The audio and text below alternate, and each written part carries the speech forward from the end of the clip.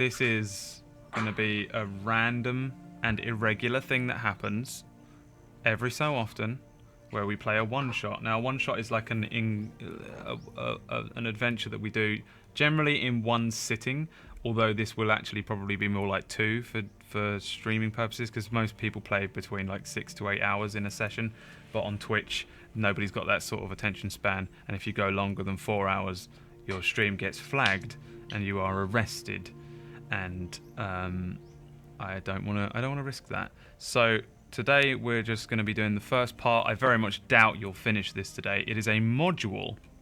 A little bit of backstory. I used to slate modules. I used to say people who do modules are uncreative and unimaginative, and they should be kicked out of the EU.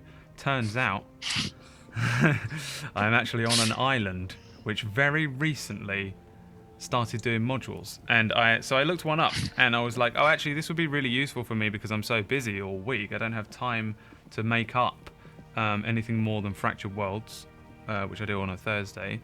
So I'm just going to run these random module things. What that essentially means is the general gist of the story and bits and bobs that happen are sort of written down as like a skeleton, and then together with these guys we'll flesh it out. So we'll just go through these random adventures that are somewhat made up. So actually this is going to be like super orthodox D&D compared to what I normally run.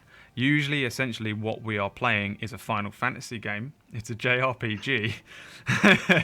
This is going to be some like good old-fashioned D&D, mate, in Australia, where D&D was born, mate.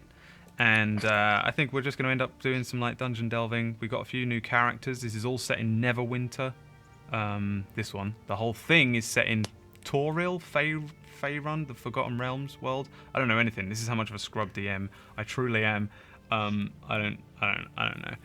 So essentially, what it comes down to is sit back, grab a cup of tea or a packet of meth, and enjoy yourself, however you wish to enjoy yourself, with me, Brad WOTO, and my compatriots here, all of whom are German tonight.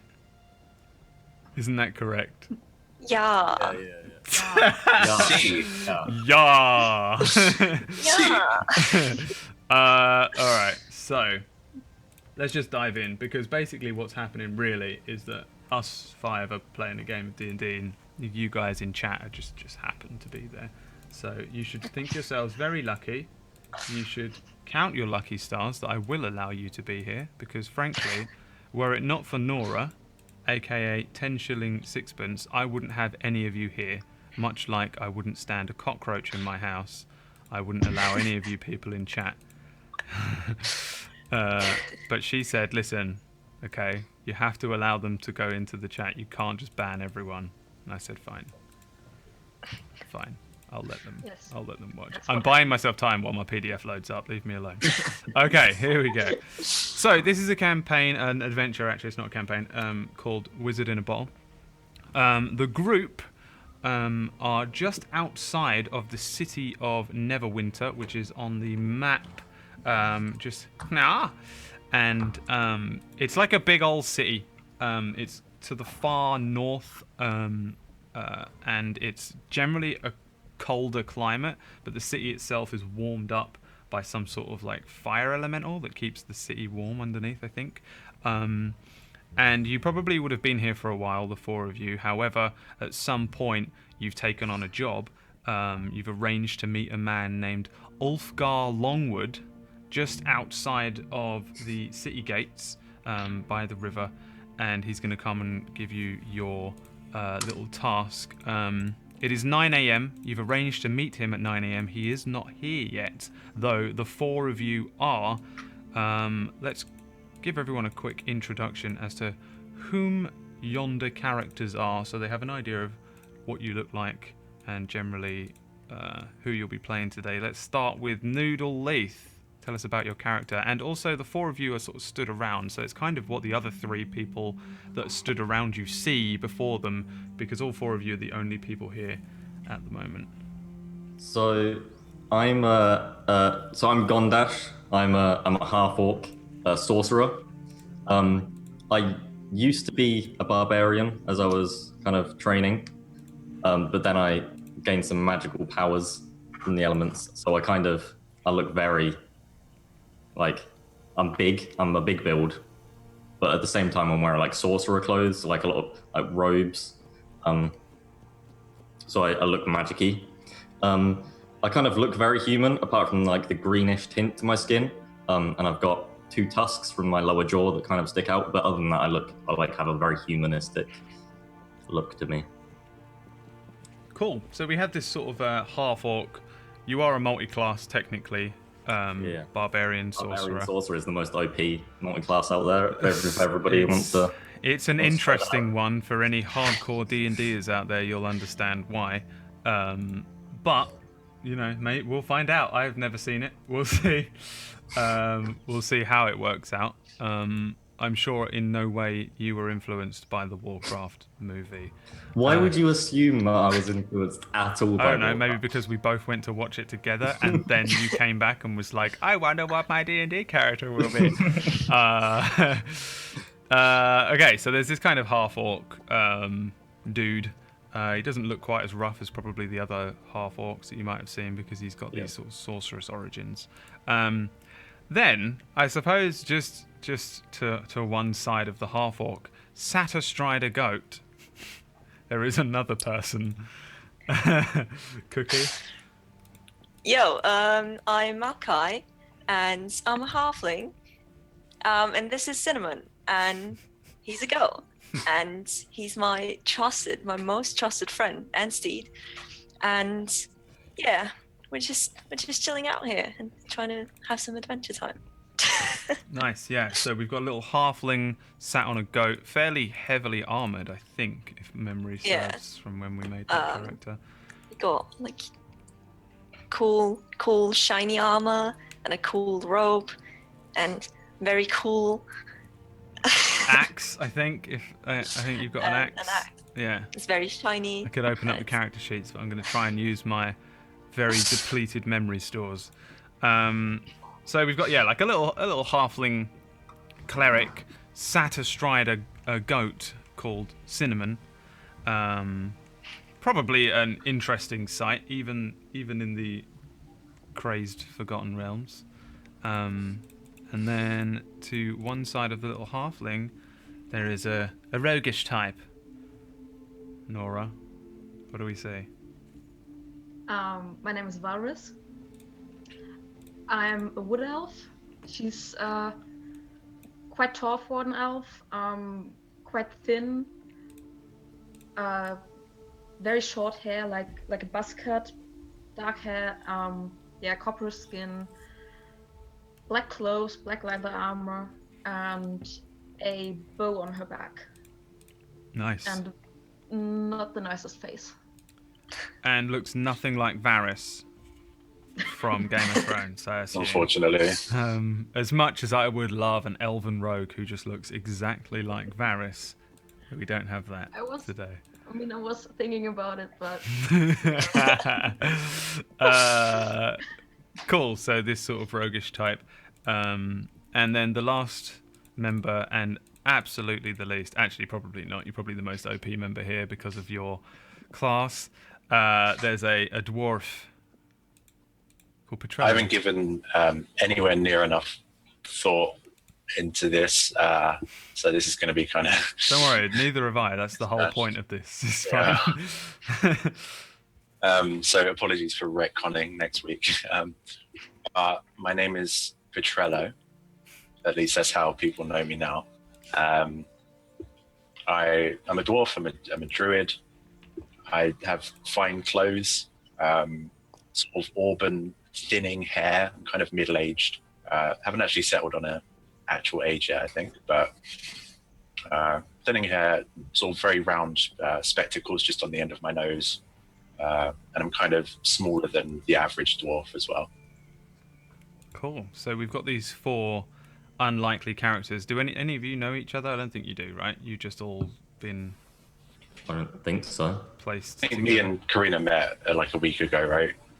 pretty much. Yeah, we was gonna have something where your two characters maybe met along the road, but only recently because you made your characters at the same time, so it made sense that because you know everything about each other for no reason. Yeah. But generally, you're just a fairly fresh group, trying to make a few dollars here in Neverwinter. So you're waiting around for Ulfgar Longwood, and about 5 minutes after the stated time, a quite short, aging-ish human with a missing leg comes out. He's sort of loping along. He's got like a stick to help him move, and he wanders out of the gates. He's got a huge grin on his face, and he says, "Friends, thank you for coming to meet me today.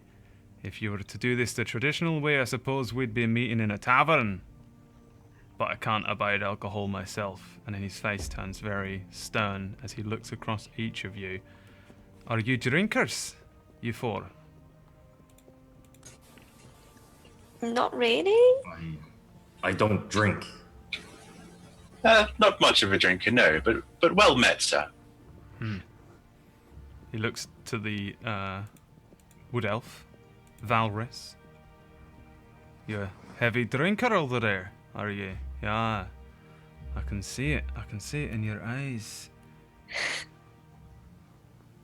He's gonna roll an insight check on you. Are you a drinker? No, not really.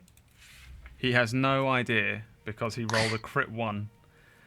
For a moment, The band of his eyes kind of close. Give me a perception check, Nora. 10 shilling. Valrys. I'll learn your frickin' names in a minute. I'll get there. I don't even know my name, mate. Perception? Perception, please. Oh, you can smell it on his breath. This guy's drunk. And after a moment, he kind of regains himself, and he says, "I want to get straight to the point, but first, I'll need to tell you a little bit about myself. 20 years ago, I was part of a famous group of adventurers known as the Crimson Company. Perhaps you've heard of us." Looking across blank faces, he then shakes his head. "No, that's a pity. We were based out of Westbridge and operated on the long road over there, and we certainly got up to some adventures. Are you sure you never heard of us?" And he, Can I roll a history check? yeah, you can. Just to see if I've heard of him? I come from mountains. I know no one. Yeah, you've never heard of them. They can't have been that good. Am I right? He sort of shakes his head. "Well, our wizard was a very talented young lady named Amelia Greyheart. She had a way with a wand, let me tell you." Well, Did she indeed? yeah, I was always fond of young Amelia, and he kind of looks off wistfully for a moment.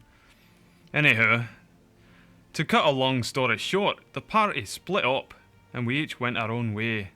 I retired from adventuring after losing my leg in a stupid accident, but I'll tell you about that another time.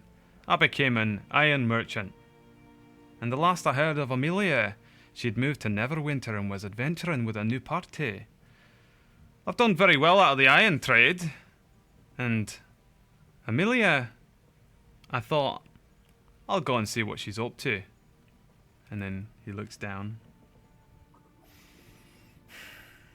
It seems that poor Amelia has passed away.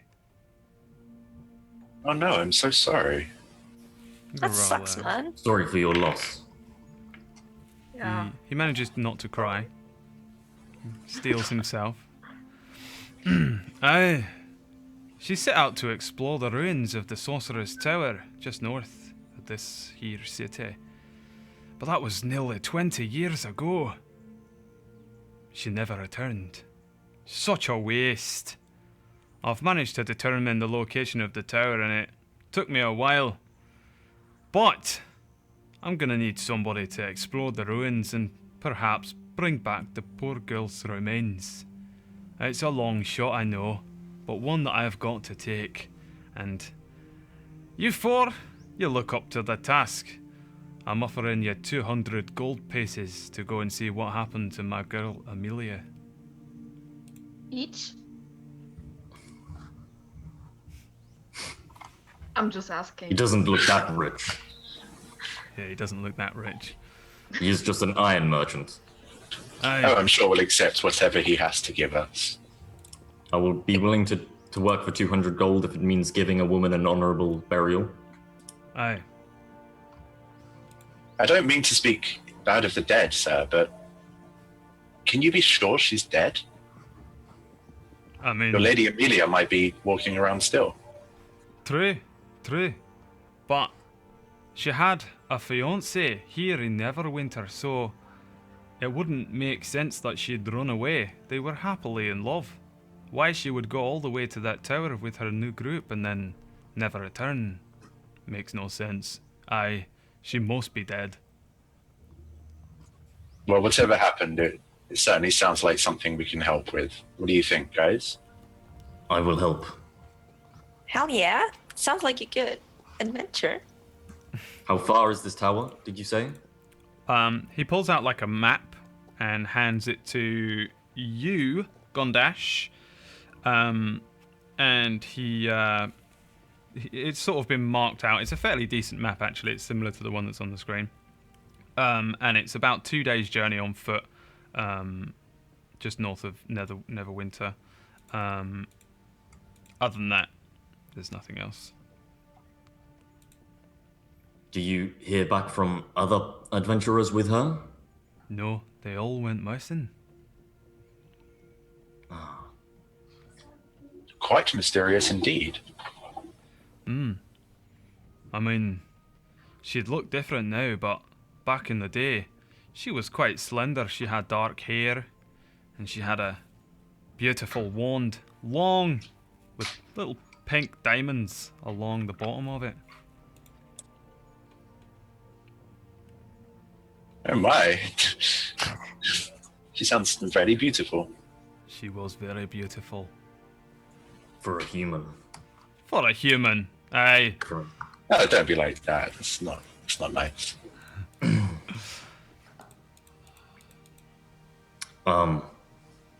Is there any other information that you can offer us? No. I'll meet you back here. No. I'm happy to Right. just sit here, right here, and wait for you until you return. And he sits down on the ground. You might want to not sit on the floor.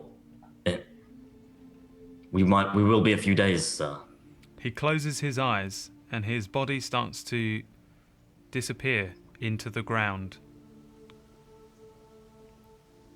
Oh my. Where are you going, Okay. sir? He comes back up. What's the matter? This is how I sleep. Oh, well then. Yes, Pretty, he's- pretty good. He is Yeah. one with the earth. Aye, that's right. I'm one with the earth. And he sits Yes. back down and begins to disappear back into the earth again until That's so cool. he vanishes.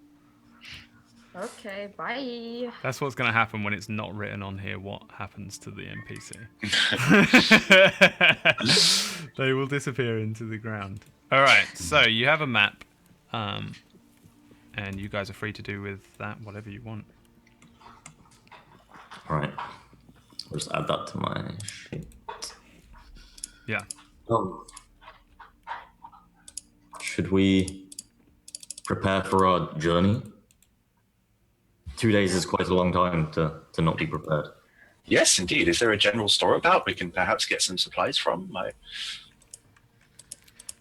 I mean, just inside the gate, there's a store if you want to buy stuff. Would anyone like anything? I feel that I'm mostly equipped. I think I'm fine. Yeah. Yes. Then let us venture forth. No? All right. You talk weird. Into battle! Saying. Go on, Cinnamon. I prefer it if there wasn't a battle. Oh, well, maybe. But Oh yes, battles are always last resort. We must only fight if we are forced to. if we could get there peacefully, that would be the Oh, honorable way. but maybe we have to defend ourselves. Yes. Defense is different to attacking. Yes. Okay. Let's go. Wise nugget of information there. Defense is different from attacking. Defense is different from attacking, as we should all learn. So you guys head to up the road, I presume, just heading sort of north-ish. Give me a give me a D20 noodle. Just a straight D20. Yeah. Oh, mate. All right. Well, Great so you're heading up the road, and you have a fucking great time. I tell you, it is excellent. The road is clear sailing all the way up that road. Oh yeah. You got a We just boom roll 'em box. You got some reggae playing. You're super chill. You're not even slightly afraid of anything attacking you. Nothing's gonna jump out of the bushes, and there's no bandits and no goblins because you guys you're just loving life. Basically, it's just it's just great, and you make it literally all the way to Sorcerer's Ruins. Right. Absolutely You sure not it's a 2 sessions for this, Brad? scratch. Not a scratch on Got you. 2 sessions for this one. It's a very good omen. This. 100% this is still going to be 2 sessions because just the travel was almost irrelevant compared to the tower, but I thought I'd at least see. So you you have a great time. It's a lovely, wonderful journey. It's a summer's day, and you finally make it to this sort of sorceress tower. It's about halfway through the second day. You head off of the trail. You follow the map. The map explains that there's a rock shaped like a can of 7-Up. It's even got 7 on the rock, and the and as you head off the path following this odd-looking rock and using the map, you're able to eventually come to a sort of very tall-looking stone tower. A lot of the upper parts of the tower have eroded away, and it just sits on like a lonely dirt hill. There's some sort of overgrown grass around the entrance, but generally it's sort of clear walking. It's actually kind of over here. If you look on this map, it's over at like about this far up the road, and it overlooks the sea. There's a dark looking entrance near the base, and as you arrive there are some storm clouds heading in from the ocean, and a fierce cold wind begins to blow. It appears the elements are not with us on this one. Yes, I think we should get inside immediately. We don't want to be caught in a storm. Hold on. Before we get inside, I'm gonna check for traps on the door. Alrighty. Please. Yeah, give me a Wise. perception or an investigation check. I'm not fussy. You I'm can do gonna either. do investigation. Nice. Yeah, like as you approach the door, it's like a pretty thick-looking oaken door. However, it's not locked. It is closed. It's not locked, and there's no traps, no immediate traps around the edges. It just looks like a pretty standard door. And as far as you can tell, unless there's some sort of crazy complex or magical trap, it just looks like a door. You're probably able to just head on in. Okay, we're fine.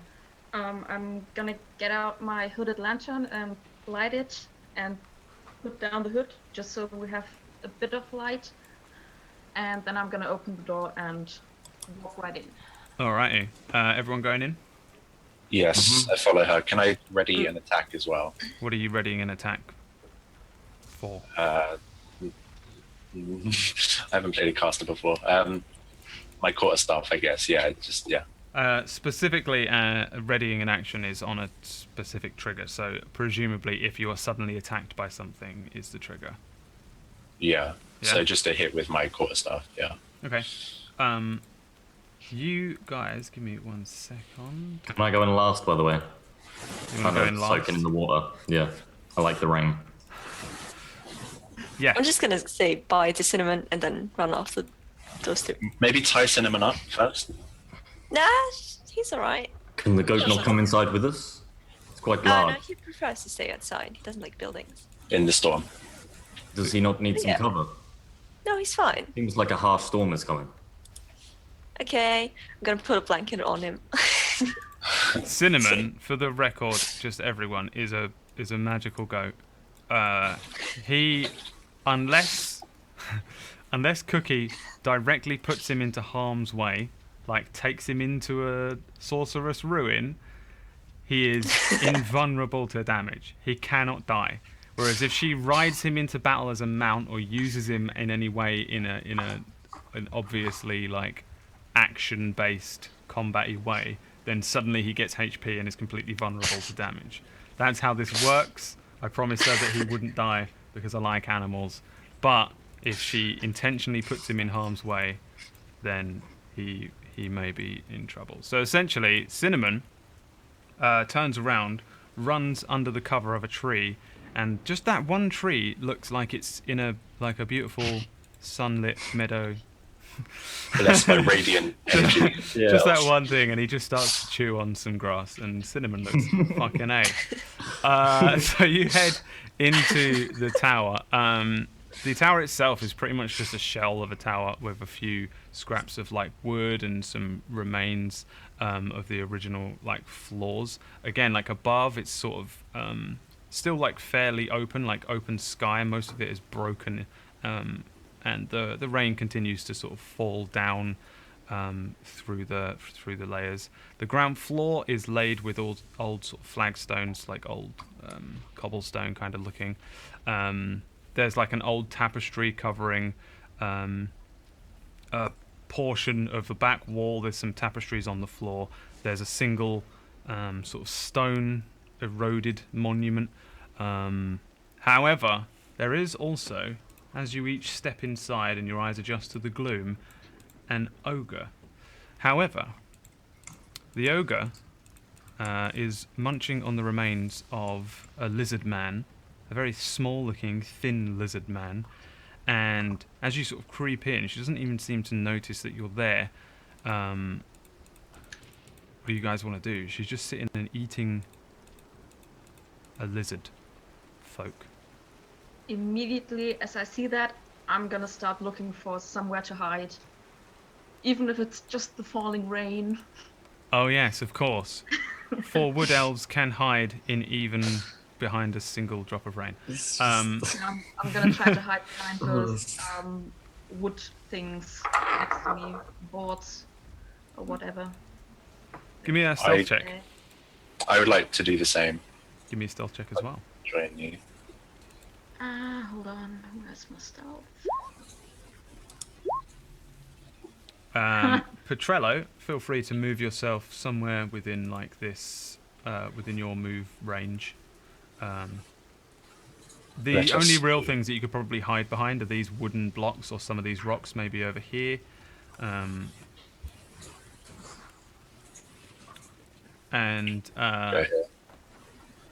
Cool. Valrus, you can do the same. You want to head over here? So pretty much as soon as the party enters, Valrus and Petrello, I will get your names soon enough, just sort of scatter to either side. Petrello manages to hide himself really well in a bunch of rubble to one side without a sound. Valrus moves a little less quietly. Also, I still have the lantern on. Fine. I mean, it's still daytime, it's just raining, Okay. and the sun is coming down. So although you have dark vision in here, it's realistically like probably more well lit than I have. What time of day is it? Like, when did we get here? It'll be about 3 p.m. Okay. What about Malcy and Gondash? What do you do as these two just move quietly to either side? I want to quickly ready my axe in case the... What is it, ogre? Yeah, it's an goes to ogre. attack us. Yes. Okay, so you're just readying an attack action. And Gondash. I wish to walk here and start speaking In giant, I just say friends. In giant, you say friends. Giant, I say friends. Give me a persuasion or a charisma check. Uh, Persuasion is the same thing. Persuasion. How do I? Where is it? Where is she? 12. The ogre. Let's see how annoyed the ogre is by you interrupting her meal. The ogre Sorry. looks up and you approach and say friends in giant, and in giant common, draconic, primordial, elven, dwarven, and halfling. The ogre responds with "Wah!" and runs straight at you with the most pissed off look in her eyes that you could ever imagine. Everybody roll me initiative, please. It would have gone a lot smoother if the ogre hadn't rolled a 20. Oh, yeah. Where's the initiative on the character sheet? It's at the top near armor class. Okay, so you can do one of two things with the initiative. You can click on your token, and then in your character sheet press initiative, or when you click on your token, there is initiative in the top left, I think, but that you have to add it manually if you do it that way. Either way is fine though. I mean, you could even just roll the d20 plus bullshit. I'm gonna have to do that because my character sheet's not working for some reason. Okay, so remember you have to click on your token first. You might as well learn. It's fine. No one cares. Right, I'm on my token. So you click on your token. Now go into the character sheet and click on initiative, which is in the very middle of the Yeah, it has like a red like no sign over it. Does nothing. No. The red is not a no though. Well, like it's a circle with like a diagonal Oh no, line in you it. click on the word initiative, not the number. Oh, I'm dumb. Okay. Well, I already did it, so Did you do it? I already rolled it manually. Yeah, Okay. I got I 21. have to re-roll my initiative now. Where is it? It's written at 23, but I didn't click the thingy first. Okay, so give me a secondos. Thank you. At 23, you say? Okay. 23. Okay, so first thing that you see, Valrys, is this ogre suddenly drop the piece of lizard man flesh that it was chewing on to the ground and move in a very aggressive fashion, turning towards Gondash, who was approaching fairly peacefully. Okay. Do I get the sense that I'm hidden from it? It At looks all? like it's only got eyes for Gondash right now. Okay, Possibly, so would I get say your name, Cookie, Malkai, Malachi, yes. behind it. Okay. Yes, like the tree creature from League of Legends. That's all I was thinking. Question. Is it normal that I can just see like 5-10 feet? Let's have a look. What do you mean you can see? 10 feet. Like a radius of 10 feet. I think maybe that's with the light or something, but it's like a bit annoying. Oh yes. Is that Thank better? Yeah, I think Much you better. all have, 60-30, Yes, separate. 60-30, and 60-30. Everyone has dark vision except for the halfling, I think. Am I correct in saying so? Yeah. I think I don't have dark vision, so yeah. Okay. Yeah, so you like the back end of this room is sheltered a little bit more from the light, so that's the only reason you can't really see it. What I'll do to help you, because realistically you should be able to see, is I'll give this thing here some light. So Valrys, what are you doing while I fuck about? I'm gonna put down the lantern on the floor, and then I'm gonna notch an arrow and shoot it. Just realised that we can't see this. This is how long it's been since I've streamed. I apologise, stream. Why did nobody tell me? You're all just Nobody said happily... anything, yeah. Everyone's just content with just like, yeah, we'll imagine it. Nobody gives a shit. No one gives a shit, it's fine. Okay. Put this over here for now. Sorry, carry on, Nora. Yeah, I'm attacking with Okay. my bow. All right. Do it. That. Oh, Oh shit. okay. Nice. Yeah, that's fucking absolutely a hit. Okay, so. What is happening here, Noodle? What are you doing? I didn't mean to press that button. Ignore me. So.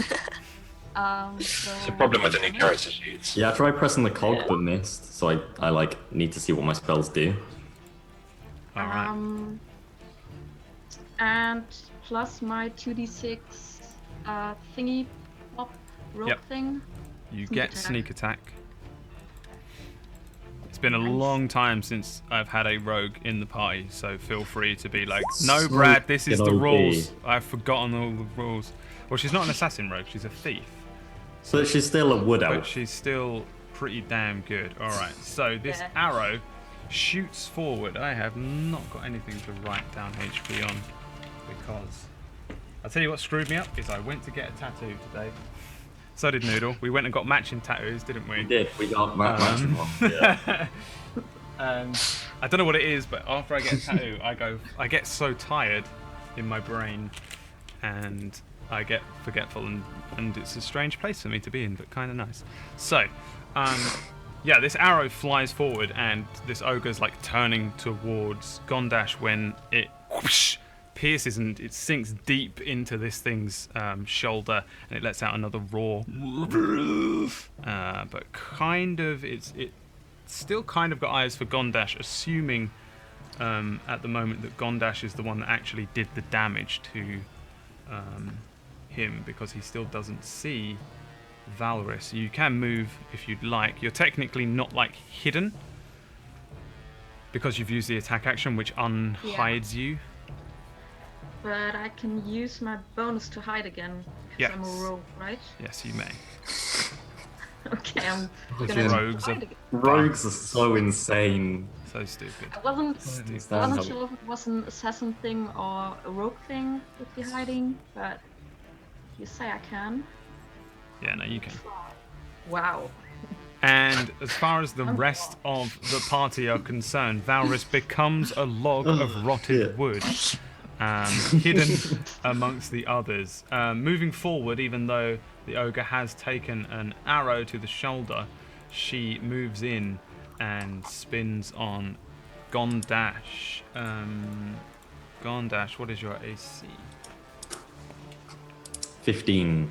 15. This great club is lifted up in front of you and brought down, cracking you just between the neck and the shoulder. For, I feel like I'm gonna start rolling in here for these one shots because I have no control over how powerful everything is and stuff like that. I'm usually very careful in trying to be balanced on what attacks my party that I have helped create as much as you have.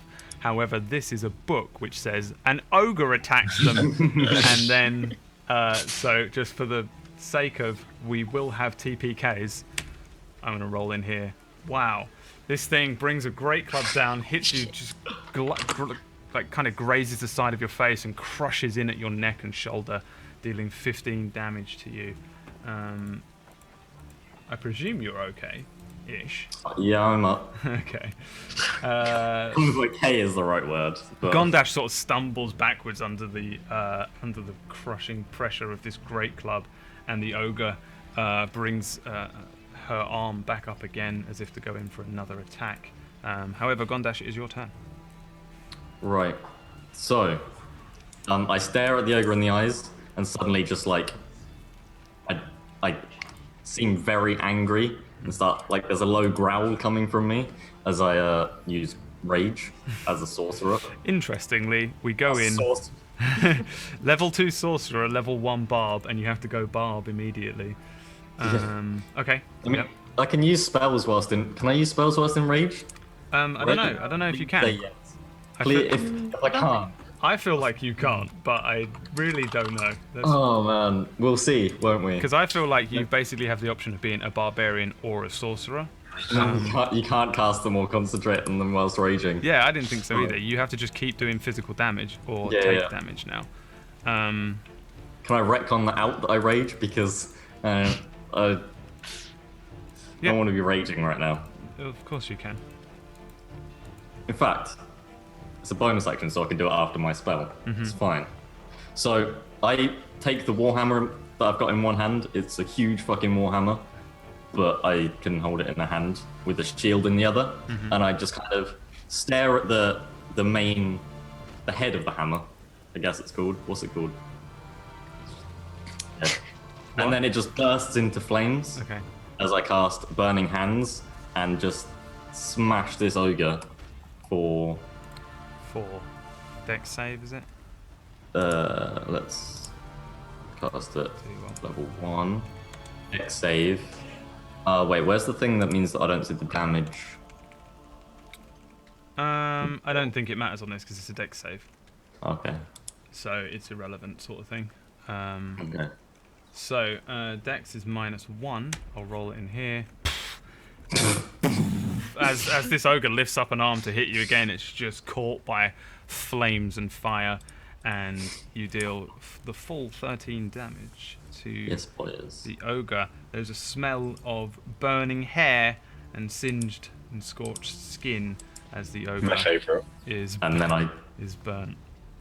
the fire kind of leaves the hammer as it like hits him, so it kind of moves onto him, and then I lower it and just start growling loudly as I use rage.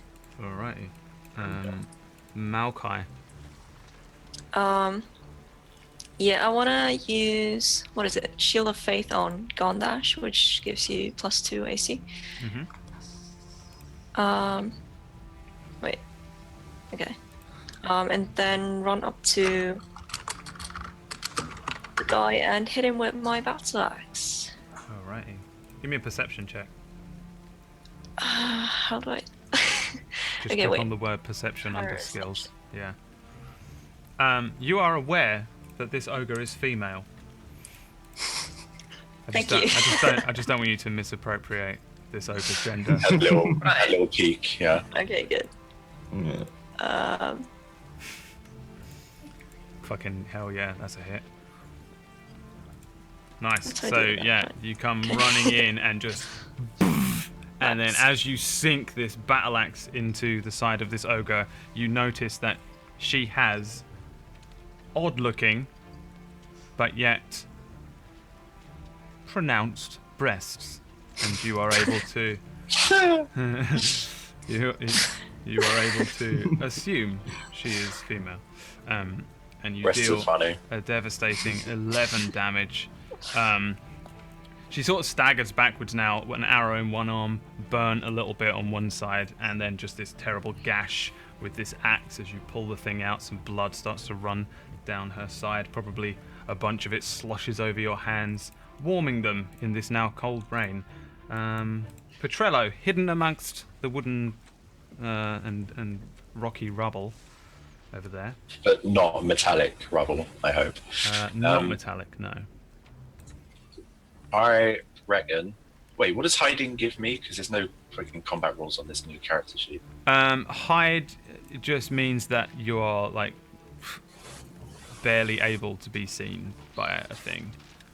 It's not really going to do a huge amount for you as a character, as a class. For some things like a rogue, it'll activate a sneak attack and things like that, I think. I don't think it does anything other than like if this thing starts to try and look for you, you'll have like certain advantages and stuff like that. Cool. Yeah, this is my first time playing a spellcaster as well, so apologies for being terrible like I am with I'm a fire. terrible at it as well. No one cares, don't worry. No one cares. It's I reckon I'm gonna chuck a cheeky little shillelagh on my quarterstaff. The music of waddy shillelagh. This is what we were saying the other day when we were setting up the spells. Carry on. And yeah, just kind of jump at the ogre from behind and whack it over the head. with my All quarterstaff. right. Nice. Yeah. Move on. I mean, you're still pretty far away. You're gonna have to position. Oh yeah, yourself. I'd fucking move up first. Yeah, you come running in. This ogre's just having an axe removed from its side, and you smack it with this quarterstaff now magically imbued. So accidentally. So Yeah, just click on the word shillelagh on the top there. So shillelagh essentially turns his quarterstaff into a magical stick that does a little bit more damage. That's a hit. Hit away. Hit away. so if I click shillelagh, then it'll do the damage. Yeah, click the top one.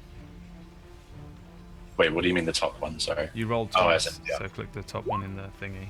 Nope. Wait, what? I have to click the top. Okay. On In the roll. in the dice roller. Yeah, that's the one. Fine. So you come running in and pow! Does your quarterstaff look any different with shillelagh on it? Yes, it does, but I'll tell you how different it looks later when I've come up with it. All right. So this, make it up yourselves. A magical-looking quarterstaff cracks the ogre in the side, right on the area where it's just received a wound, and she lets out another terrible bellow. Looking around now, as one creature has turned into 3, as far as she is aware. And Valris, it is your turn. Okay. Yeah, I'm just gonna shoot another arrow. All right. At her. Bombs away. The arrow flies true. You may roll damage. Okay. I like how all the spellcasters are attacking melee range. It's the weirdest thing. Yeah. But that's the interesting thing that I was like, It's I a was really weird group. I was sort of trying to explain it to Emma the other day, in that you, all 3 of you that are currently at melee range have the ability to either be melee or ranged casters, sort of thing, because you're a barbarian that can go in and barbarian it up, or you're a sorcerer from back. Cleric is a cleric, does the same thing, can sit casting things or can go in and hit stuff, and the druid is a moon druid, not the circle of the land druid, so he can turn into a big old fucking thing, or sit casting things at the back. So it's a really weird. Or use my magical quarterstaff for no reason. How do you kill it, Valris? You dealt the exact amount of damage you needed to deal to kill it. Nice. I want to shoot my arrow just right into his Her. ear. Just right in there. All right, and it does so. It flies completely true. And just as she's about to bring up this great club again and bring it down on Gondash's head, the arrow goes in one ear and comes out the other side with a brain attached, landing on the ground. And you have successfully defeated the ogre as she falls to one side with a heavy crash. And yeah, looking around, there's no other immediate threats in this room. You're free to sort of explore and have a little look around. Again, everything might not be like completely obvious on these maps because they're not. I often build a campaign or a room around a map and things that are available to me. This is all coming off of a sheet, so you're probably going to have to rely a little bit more on your imaginations on these modules than just like looking at the map and seeing what's there. So bear that in mind just as you move through these, and for just future games with these things. These maps have become even more of a reference than they should have been, and often aren't in my campaigns. I can give you an idea of what's around you again, though, if you want. I'm gonna go up to the rock and just I don't know, kind of move it to the side or like look what's under it. Mm-hmm. So you move one of these like tapestries out of the way, and underneath there is sort of a metallic-looking tablet. Let me just make it. I kind of wince a bit at the sight of metal. I don't know if it's not kryptonite. No, yeah. Druids don't like it. They don't like it, but it's not. Yeah, it's not like full evil kryptonite. So Malachi heads over, spying something hidden under one of these tapestries, under a sort of like rug-looking thing. Just poking out of one side, there is like a little rusty brass tablet, very old-looking. Do you pick it up? Can I first do some kind of check on it, like to see that it's not gonna explode me or something? Yeah, give me a perception or an investigation check, whichever it is. This is so small. Oh, you want a tiny little screen? Or? The resolution is really bad. Yeah, it's fine. Great. It's completely fine. It won't hurt you at all. I want to shout, guys! I found some, but like, what is that? Yeah, I go over and check it out with perception. Mm-hmm. Can I pick up my arrows? How many did you fire? 2. Roll me a 1d2.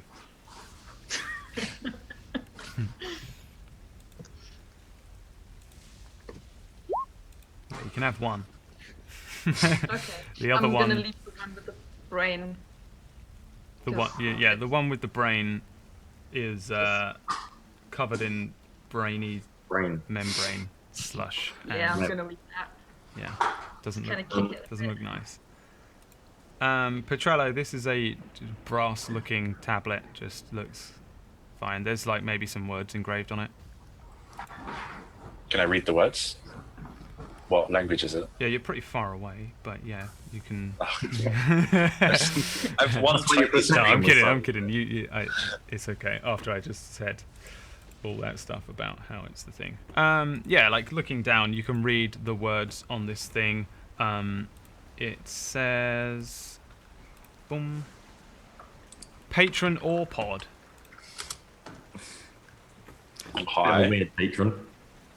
Yeah. Now remember, you can go to patreon.com/BradWOTO and help support the channel. You can't. I don't have one. I'm lying, but that's what everyone Backers says. get to play D&D with Brad. That's how we're playing right Yeah. now. Yeah. Just play it. He doesn't like any of us. We just pay. Yeah. Yeah, I tell the others what's written on it, and sort of, yeah, I'm not quite sure what this means, but this is what's written. And it's written in common. Might be an acronym or something. Or even an anagram. Or that. Or it might just be mirror written and it actually reads dope, run, or tap. Dope, run, or tap. Don't. While you're like discussing this shit, I'm gonna move to the statue and look at that thing. It looks like a person. Yeah. Can I have put like my things on, like my warhammer and my shield on the floor, and I'm kind of like giving the ogre like a send off, like I'm closing its eyelids, Blow job. making sure all the fire's out. Yeah. Cheeky little blow. That's fine. Yeah. You're being nice to the dead ogre. Petrello mocking you from a corner. And Malcy, give me Malkai, give me a investigation or a perception check again. Yes. Perception. Why am I so dumb? I don't know. It's based on wisdom perception. So yeah, I mean, it just looks like a statue, nothing special. It's just it looks different because it's drawn by a different person than most of the things on this map. Mostly, it just looks like a pretty normal statue. Does he have like a plate in his hands? Sure, yeah, he does. Can I put my axe on there? How tall are you? 3 foot. 3 foot? It is 5 Yeah. foot, so you can't I, reach that high. Can I give him a leg up? You want to give Malkai a leg up? It's a she. Yeah, strength. Malkai's a short little female halfling, though she does have Oh, short did I say hair. him? Okay. Yeah. Yeah. Cookie's not gonna let you get away with that. That's gonna be in trouble now. Tumblr. Yeah, you can. And you try, and then Malkai places the axe on top of this statue. Can I do a cool jump? Back off. Give me an acrobatics check. God, you're gonna break your neck. We'll decide how cool it is. Break my leg.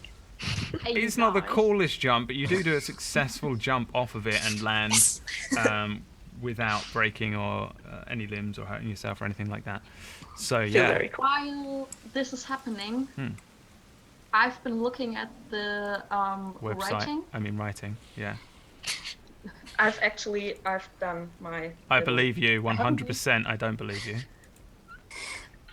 it! Okay. Look, I just wrote trapdoor nope until I got it. So it says trapdoor open or open trapdoor.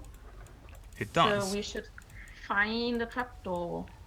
Correct. Has anybody picked up the tablet or anything yet? No. Nope. Okay.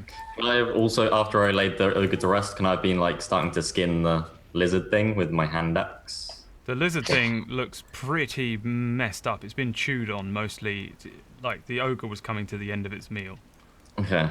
It's just a lizard man, and Okay. it's just been eaten, and it doesn't look good. I mean, you can still attempt to skin it. No. Okay. No, it's useless. Did you mention some tapestries that were around? There are some tapestries on the walls. Can I sort of look behind them to see if there's anything? I guess perception. Yeah, or investigation. Yeah, I mean these are just some wall hangings. There doesn't appear to be any like hidden switches or anything like that behind the tapestries. Can I investigate the tablet? Yes. To see if it's maybe somehow connected to a trapdoor? Yeah, go for it. I can find my investigation.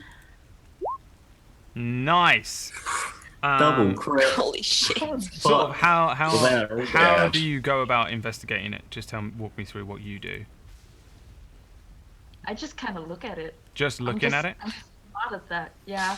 I'm just Um, really. That's the you know, most powerful look the realm has ever seen. I'm a sage. I'm a scholar. Yeah, looking at I'm it, not- you remember. Yeah, you're a historian. You've read a lot of books about things, and you read about these old years and years and years ago. Lots of wizards and sorcerers, arcane types, would imbue tablets with sort of magical runic text that would appear to the common eye as just being an engraving, but maybe if you were to touch the letters and arrange them, it would reveal what it is you're trying to reveal from whatever tablet it is you're looking at.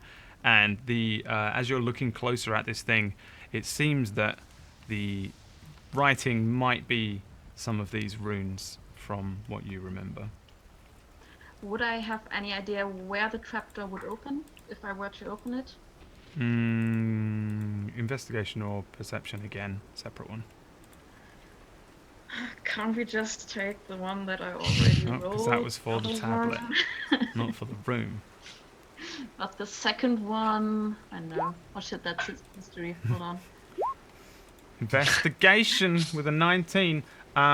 Looking around this room, the one thing that stands out as slightly different is the statue, because it's drawn by a different artist, and you've rolled high enough so as for me not to lie to you. The statue looks like it might pivot and move off of a mechanical thing. If you look very carefully at the base, it looks like it's not quite attached to the floor, as a huge stone statue would normally be very grounded. This thing, it's kind of off, like it might move or pivot. I'd like to whack it with my shillelagh. Well, That's you... We don't know, right? You don't know. This is only... Yeah, we I don't haven't know. told you anything. Valrys I'm Valrys has looked down at the tablet, worked out that it's a magical tablet, then looked over at the statue and gone, it's going to be the statue. And you've stood in a corner, helped a halfling put an axe on the statue, and then started looking behind tapestries. So that's what you're I'm gonna essentially yell doing over. at this point. I'm gonna yell over at the other guys. Hey, get away from that statue, please. Just take a step back. Is I there wanna something wrong? try- I want to try something. Just get back a bit. I don't know what's gonna happen. Do you need some assistance? I'm not gonna wait. I'm just gonna touch it. Okay, so told you're touching the tablet. I'm touching the writing. The writing, cool. So, yeah, as you press one of the letters, there's a moment when you're concerned that something awful is going to happen. But all that happens is the letter begins to glow very faintly. And then you find that if you press it again, it stops. But if you press the O and then the P, it stays lit up. Okay, so I'm gonna press the letters in the order to spell Open trapdoor. Cool. So yeah, you press each of the letters in the order. Open trap door. As you do so, the statue moves as you press the last button and moves out of the way to reveal a trap door. The axe flies off of the top and spins, hits the ground exactly where Maokai was stood, and would most certainly have beheaded the halfling. There is a trapdoor just underneath where the statue has moved to. It appears to be stable, like it's stuck there, and that it isn't going to move as of just yet. Wow, cool. How did you do that? I'm very smart. Yeah, you are. Very intelligent. Yes, very impressive indeed. I've read so many books. Does this? So many books. Did you move this with your mind? How? Yeah. Yeah, I did. Yeah. Wow. Deception. No, you What believe are that. these? What are these magics that you have? Where did you learn such magics? I read a lot of books. Books give magic. Elf Yeah. books give magic. Yeah, sure. Hmm. Come on, let's keep going. Yeah, you know, I've read of this person, God, and he gives me his power now. And I've read that in a book, and books are cool. God. Books are cool. What is God? Do you happen to have any books on the I just have. Elven Kingdoms or, something like that? Or know anyone who owns those kind of books? History books. Oh, I just have books on gods. Oh, Well, my priest has. I don't have them. I couldn't take them. They are in the I church. have these scrolls. They teach me magic. I get from clan. but just magic. Like, Scrolls. No, Yeah. they teach me magic. I know the magic from scrolls. okay. They teach me how to use the magic. Yeah, I don't really. But you learn from normal book. Yeah. Sure. Yes, must yes. find Reading, such books. reading is very good and good for everyone. But you cannot know true magic until you have communed with the moon. I'm sorry, could you? I do not understand. I'm a druid. I have communed with the moon and gained my powers. You're a fucking stargazer. The moon? Excuse Is me. that another god? Why have I not read about this? I. You What don't know is? what the moon is? What is the moon? Have you not looked up in the sky of a nighttime? I see. I know of earth, fire, sky, water. I know no moon. Oh, you mean a night sun? Yes, if you feel like calling it that, that's one way of looking at it, I suppose. Oh, But, that's you not know. God. You Oh, can't the- get powers from that. Circle in sky. Yeah, Yes. it's like the You call sun, it, but in you the call night. it moon? No, that's a silly name. Oh, you call it night sun. What is? Yes, night sun. Why is it night sun? It's as bright as the sun, But but what it's in the is? night. But what is sun? Oh, that's what's up in the day. That's a light in the sky. Well, that is fire. That is sky fire. You call it It's very fire? clear we all have a lot to learn from each other. Shall we go forth? I'm gonna go towards the trapdoor and check the trapdoor for traps. All right. Another investigation check, please. I'm just gonna keep doing this. I'm really sorry. Holy shit! Yeah, Why is it trapdoor's just a good old-fashioned trapdoor. It's really lucky she's in your party, trust So me. there's nothing spooky down there. No, it's just a trapdoor. There's just purely, just trapdoor. Good old-fashioned trapdoor. Okay, I'm gonna walk back and pick up my lantern and then open the trapdoor and head on down. Head on You down. going first? Yeah. I'm going first. I'm checking for traps. So I should Ah, I see. Cool. Yeah. I will follow. Okay. And the other two, presumably, also Yes. follow. Cool. So, you open this trap door, and it reveals a sort of stone spiral staircase heading downwards, and each of you heads inwards, following Valris, who is looking around, checking for traps. And we'll just jump into a very short break. Give everyone a little break. Go and take your meth, or drink your tea, or go for a wee, whatever it is you want to do. We'll be back in Or a your moment. obligatory D&D hummus. Or get yourself some obligatory D&D hummus from patreon.com/Rod4, now. who always brings hummus to D&D, and nobody knows why, and we will never find out. Please enjoy my brand new break screen, which you might have seen at the beginning, but I'm very proud of. See you in a couple of minutes, and we will continue with Wizard in a Bottle.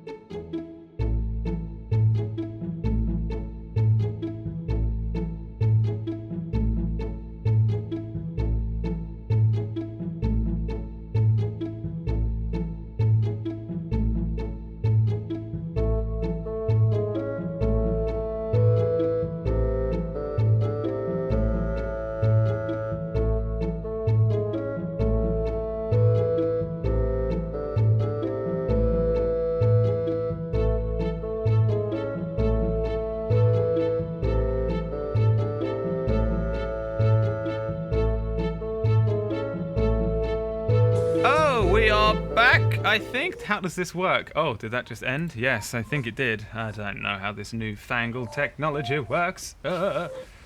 Welcome. I can hear it, man. I can hear it. I can hear that fucking video. I feel fantastic. The fucking creepiest shit you will ever hear in your entire life. Here we go. Continuing on, the party have moved now into the depths of the Sorcerer's Tower. And down here, there is a spiral staircase that descends downwards as you start moving. Every now and then, a step will magically lower itself by a few inches as you're sort of putting your weight on it. Who went first? Valris. Give me a Dex saving throw, please. Hold on, where's my shit? There. Dex save. Where do I do that? Just click on dexterity.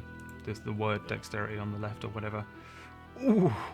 There's a point where Valris is heading down the steps, and these odd magical steps sort of attempt to move to allow for you to step on it, but one of them doesn't seem to work correctly and doesn't come out, and just as you're used to these steps appearing before you, you slip and fall, missing one.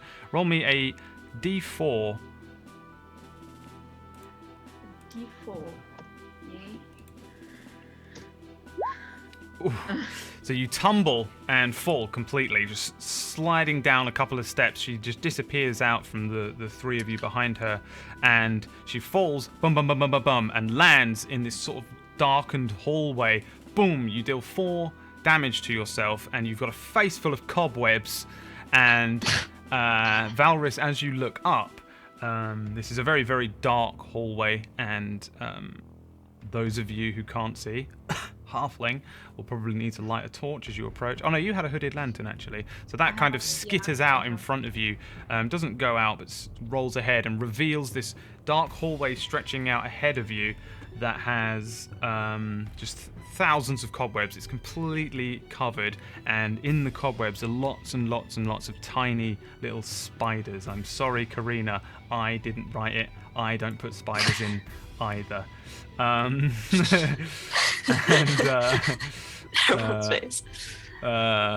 yeah, the rest of the crew run down these steps and find Valris like prone. You're technically prone, even though you're not in combat, and face full of horrible cobwebs. Again, the rest of you see this very dark, stretching corridor with spiders' webs. Let me just very quickly bring you to here.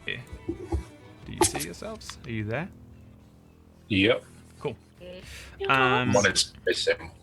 Looking down the corridor, just most of you can see fairly well in the dark. However, the little halfling over there, you might not be able to see this. I can't tell what you can see.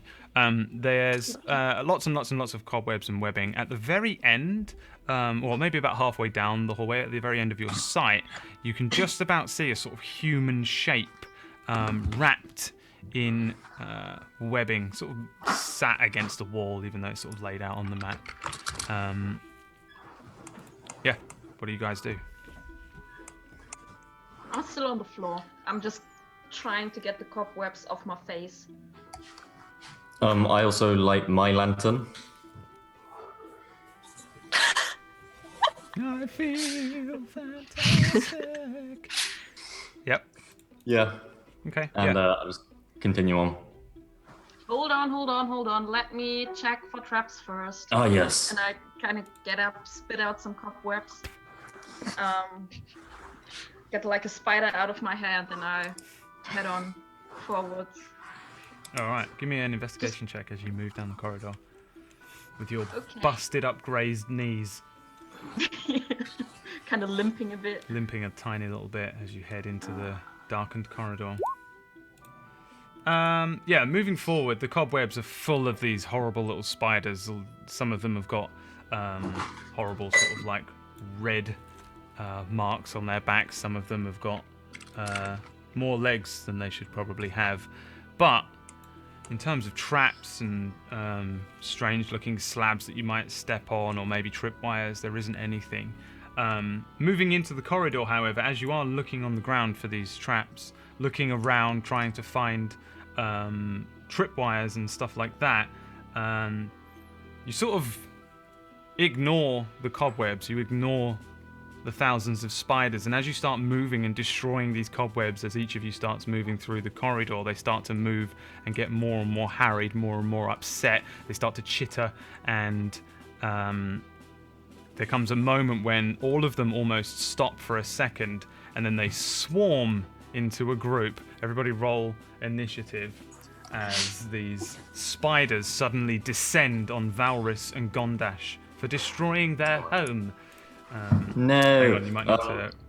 I need to remove all these turns. Shit. And Do I need add to you- reroll or? No, just add them in. Add them in manual like. God, what is it? Fucking 2015. Sorry, mate. Jesus Christ, man. Also forgot to roll for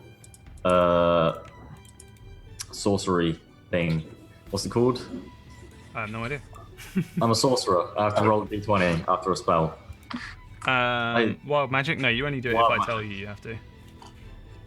I thought I had to roll a d. I thought it was every spell. I have to roll a d20, and if it. No, I crits- think that was my old rule. That was just my I want it to happen rule. I think it's just at Okay. my discretion I can have you roll for a thing. I don't think you set off wild magic every time. That'd be insane. Well, no. I have to roll a d20 Oh, to see if you get a 1. Yeah, to see that's if I the get a official 1. rule. Yeah, alright, from now on we'll Yeah. do that, but don't worry. Yeah.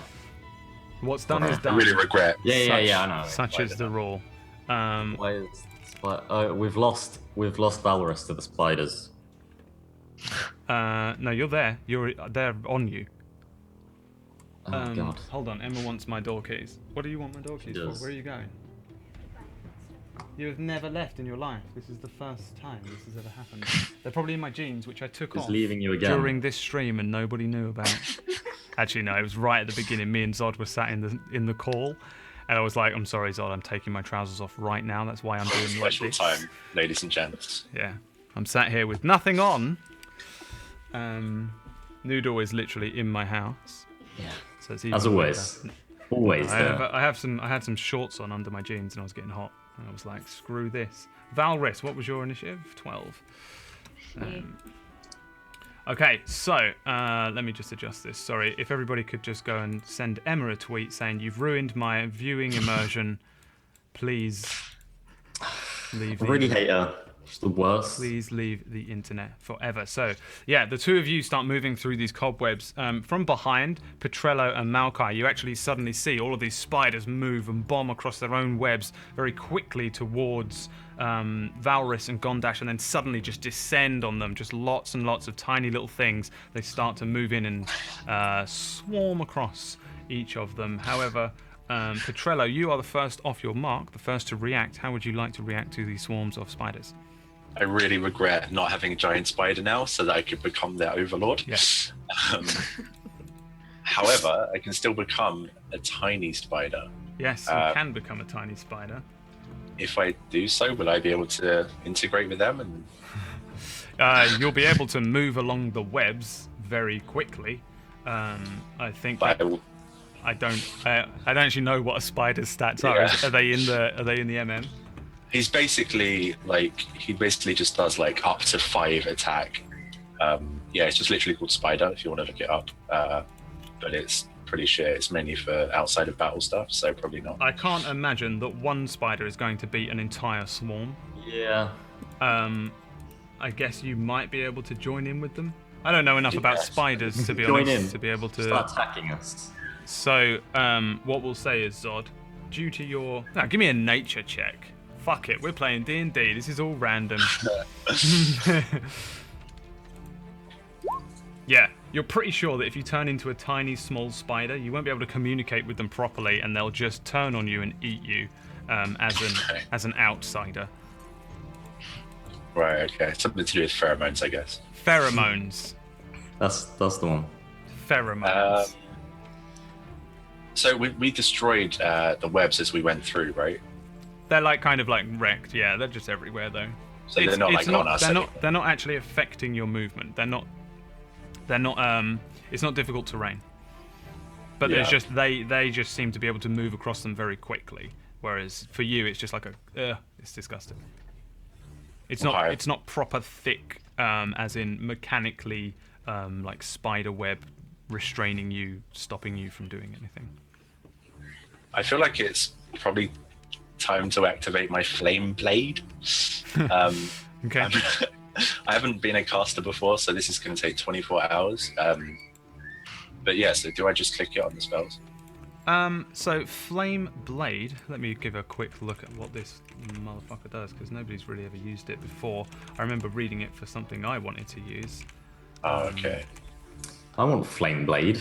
It just sounds It's amazing. so That would make good. such Oh wait, is it Green Flame Blade? It's flame blade. It's Oh, not it's not Green Flame Blade. Okay, I don't know what Flame Blade does. Give me it in the thing. Click it. I will give it you in the thing. Give me it in the thing. We'll all find out together. No, in the thing. Click it. Click Flame Blade. Oh, right, okay. It will tell me. Let me just... Oh, yeah, that thing. That's actually doing it. No, Okay, it where do I... won't. It won't tell me. Hang on. Flame Blade. Flame Blade. Well, man, I love this new Roll20 thing where you can just type it in. Flame Blade. Yeah. You evoke a fiery blade in your free hand. The blade is similar in size and shape to a scimitar, and it lasts for the duration. If you let go of the blade, it disappears, but you can evoke it again as a bonus action. So this is a bonus action spell. You can use your action to make a melee spell. Okay, so you've just created a fucking weapon for yourself, which is made of fire. I get it. And then when you use it, it takes 3d6 fire damage. It also lights up the area, but it's already kind of lit up. And it's a concentration spell. Okay, so yeah, you can use your bonus action to create this flame blade. Appears in your hands, lights up the area immediately around where you're stood. Nice. Still have your action and your movement to be able to do things and stuff. Where's the enemy? Yeah. Okay, so I move right up to it. Oh, there's a spider swarm there. Okay. There are two, yeah. Yeah, okay. I'm gonna move up to this one and attack it, like do a slash through with my flame blade. Okay. I'll let you roll again. Yeah. Nice. Boom. And I'm a nice DM that allows these things. So, yeah, you bring this flame blade down. Now, underneath this swarm, there is one of them, Gondash, I think. And I presume, Gondash, you squint through this horrible swarm of insects as suddenly this flaming blade strikes into them. I kind of like the warmth of the fire. Give me a dexterity saving throw. Me? Yeah. How do I do that on the sheet? Just click on dexterity. Literally, right? So I'm dead. I'm not. I shit you not. I shit you not. The only reason I'm making you do dex saves is purely just to see if you roll a 1, because it's only on a 1 that you take the damage as well. So, how much damage do you deal with your flame blade? Was that the 18? Or was that to hit? No, that was to hit. Okay, thank you. Wait, so I have hit him, right?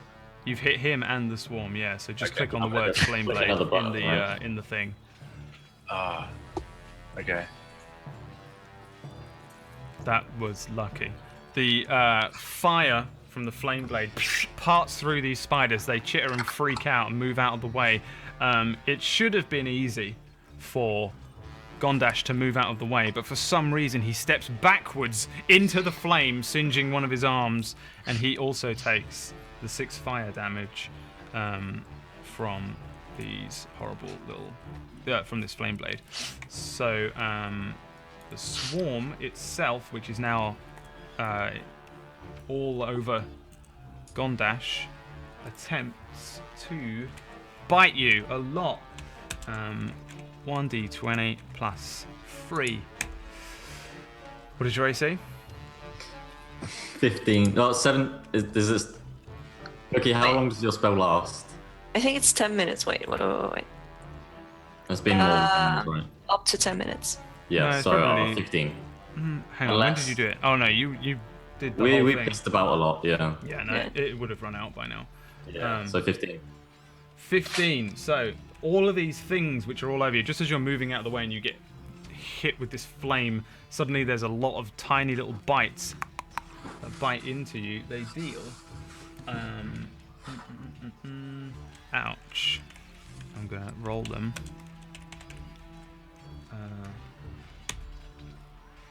Biting into you, there's 9 separate places that you feel particularly stinging bites biting into you for a 9 HP.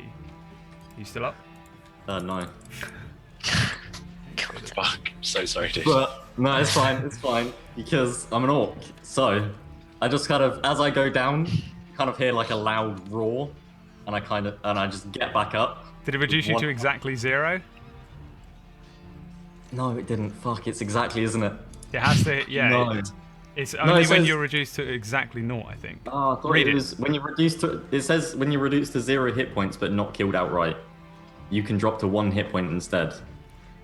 Oh, I don't know. I feel like... How, It and can then what? be And if then it's what? exactly as it, and you can only use this feature once between long rests. Okay, yeah, no, fuck it. You get back Yeah, up. I'll allow yeah. it. I always thought that was just that you get back up if you're reduced to exactly 0. I think that's the way Tom played it with me when I played my Yeah. first ever game, and that's all I assumed it ever was, instead of ever learning. I'll allow it because I'm nice, and also I think it might be the rules. Thank you. Yeah, It's so fine. he's like Whatever, bitten we'll to play. bits, and he starts to waver and fall, and then he steels himself with a roar and manages to.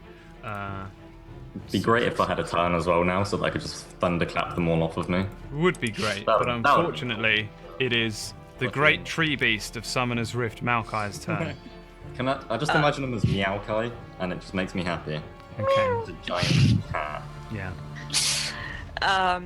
So how much does anyone have lantern? Because someone said they had one. Yeah. There's Oh. sources of light from The spiders. from the flame blade, from everything. the- Let me see what you Okay. can see because I can see nothing. Just dancing shadows all over the wall. My sources. I'll give you a little bit of light from the spiders just so you can see a little bit further down the hall. Can you Thank see you. now? Oh wow, that's very nice. Yeah. Okay. And let me see what the okay, chat they're can on see. the people. Cool. So, is it okay? Can I just run up and attack without hitting the actual people under it? Or is that not a thing? Yeah, you can, but they are like what? So what the swarm is just a lot of spiders all over them. So what you're trying to do is just hit the things off of the person. I'm just making whoever's underneath do dex saves. If they roll a 1, they get hit as well. Other than that, they'll be fine. Can I do? I have no idea if there's rules for this. This is just the rules that I'm making up right now. You can make this up if I Correct. I like can if do it's whatever if I it like. works. 100%. can I I can do whatever I create- like. You're correct. Create water on a swarm and make them go off a person. Yeah, give it a go. Yeah. Give it a gander. Give it a gambit. Sorry, I have to move a bit. And I want to create water, Why? and I don't know how you do this. All right. Do I have to roll it, or so, do I just no, say I it? think you literally just create however much it is, like an insane amount of water. 30 It says gallons or something? 10 up gallons? to 10 gallons of water. Jesus Christ. So, But I can do less. I just want to do like 2 buckets or something. so I don't you're know how going to much- create 2 buckets of water over which person? What's his name? Gondash. Don't drown the low decks half-orc. If you drown from 2 buckets of water, you deserve to die. You I won't even somehow get death will. saving You throws. know it. Anyway, yeah, you create these 2 buckets worth of water over Gondash, and it washes down him. All of these spiders. I'm giving them a dex save. Mate, these spiders haven't seen water in ever. They get washed off of him and spread out, and they're pushed. I'll put them over to here. They're like pushed off of him and spread away. They're not dead or anything though. They are like off of Gondash for now. Nice. And yeah, you can do something else if you've got bonuses and stuff like that. I don't really have a bonus. Where is that written? Where do I see this? Nowhere. Okay, cool. Clerics. I don't think you get any natural bonuses from your class, No, I and don't. you get. There will be spells basically that say 1 bonus action as a casting Yeah. time, and they'll be your bonus things that you can do. I don't really have one. No. All right, Valrys. There is 1,000 tiny spiders on you. I'm screeching. Yep. So are they. Can I try? Hold on. I don't know. So with my fast hands, you say I can just try to interact with items? Yeah. Could I get out a sheet of paper and Yeah. light it on fire in my lantern Yeah. for my bonus action? Yeah. Okay. You can. What's the plan here? Set yourself on fire? Not sure where this is going. I don't have. I mean, I guess I could try the short sword, but I don't know if it's gonna do anything. I'm gonna try the short sword first, and if that doesn't work, I'm gonna set myself on fire. I don't know. All right. Wait, where is it? I'm just trying to get them off me somehow. Like, Yeah. So you just shaving them off. starting to like whip them off with the short sword, and yeah. When successfully, you do manage to start like shaving lots of them off very quickly. You're swift. You've got good hands, and you manage to get a lot of these spiders off of you. Give me damage. I'm guessing this is not sneak attack, right? No, they absolutely know that you're there. They're on you. So you manage to flick some of these spiders off of you. However, it's a very difficult task with a sword. You know, it doesn't look as effective as when Petrello came in and just burned half of them alive. Lots of little pops as they exploded. For you, you're just flicking them off and they're flying off down the corridor somewhere and exploding against the wall because they are technically dying. Do I still have the bonus action? Yeah. Are there cobwebs near me that I'm not standing in? I mean, there's generally cobwebs all around, yeah. How close to them am I?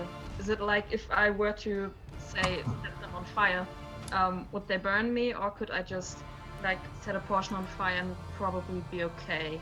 The cobwebs are on you and all Okay, around yeah, you and all the fine. way down the corridor.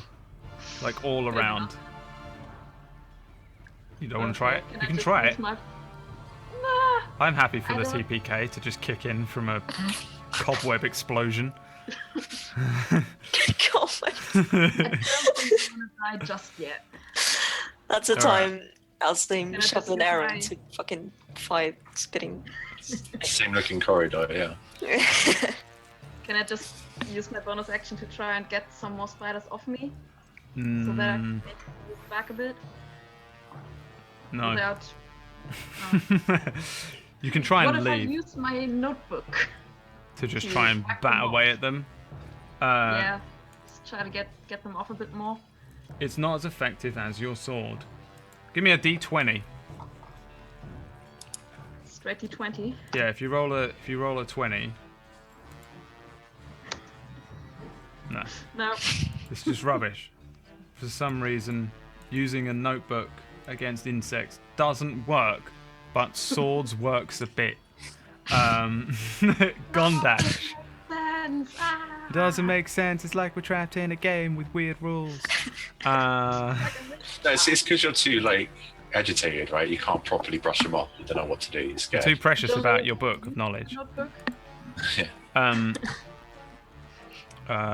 Noodle. Yeah. Gondash. Would they, if I move away, do they get attack of opportunity because they were knocked away? For this one round, you can move away. without an attack. So I just want to run the fuck back over here. So I just kind of get up. Yeah. After being downed, I see all the spiders come off of me, so I just like stand up again and run away, and then just create a bonfire under the spiders that are already under these spiders. Fucking hell. Why has that happened? I don't know. You Right. just have to roll the manual damage. At least we know what it does now. Well, you do know it's, what it does. It's a dex save for me, right? 1d20. Yeah. Or 1d8 of damage. The fire appears underneath them and they scatter. They're Right. actually able to avoid the fire a lot better because they're damp, and they move. They disappear up once again into the cobwebs above them and start to move once again down the corridor. Anything else on your turn? No. All right. I'm gonna get behind my shield because Yes, And just because hide spiders. with it. Because spiders everywhere. spiders aren't fun for anyone. They are not. Not even a giant half orc. The spiders which are not being crushed by a notebook at the moment all attempt to bite at you. I guess your AC is higher than that? Yeah. Yeah? 15, I think. Yeah, so they're like Yeah. trying to bite at you, but you're just wiggling and moving and tapping at them and beating at them with a sword and a book, and they don't get any real purchase on you. They're still on your clothes. They haven't managed to get underneath them yet and bite at your skin. Petrello, Yeah, I'm going to move one forward towards it and just continue slashing with my flame blade, just trying to do as best as I can. do it. Flame Blade. That is a hit. Roll your damage. Bonsoir. Oh, so every time I hit with the flame blade, that's a spell, right? That's a spell slot gone. Is it? I don't know. I doubt it. Because like every time I do it, it says cast at what level? I mean, that might just be the sheet being weird. Yeah. What? How much damage did you deal last time with the flame? Oh, Six. 6. I didn't write it down.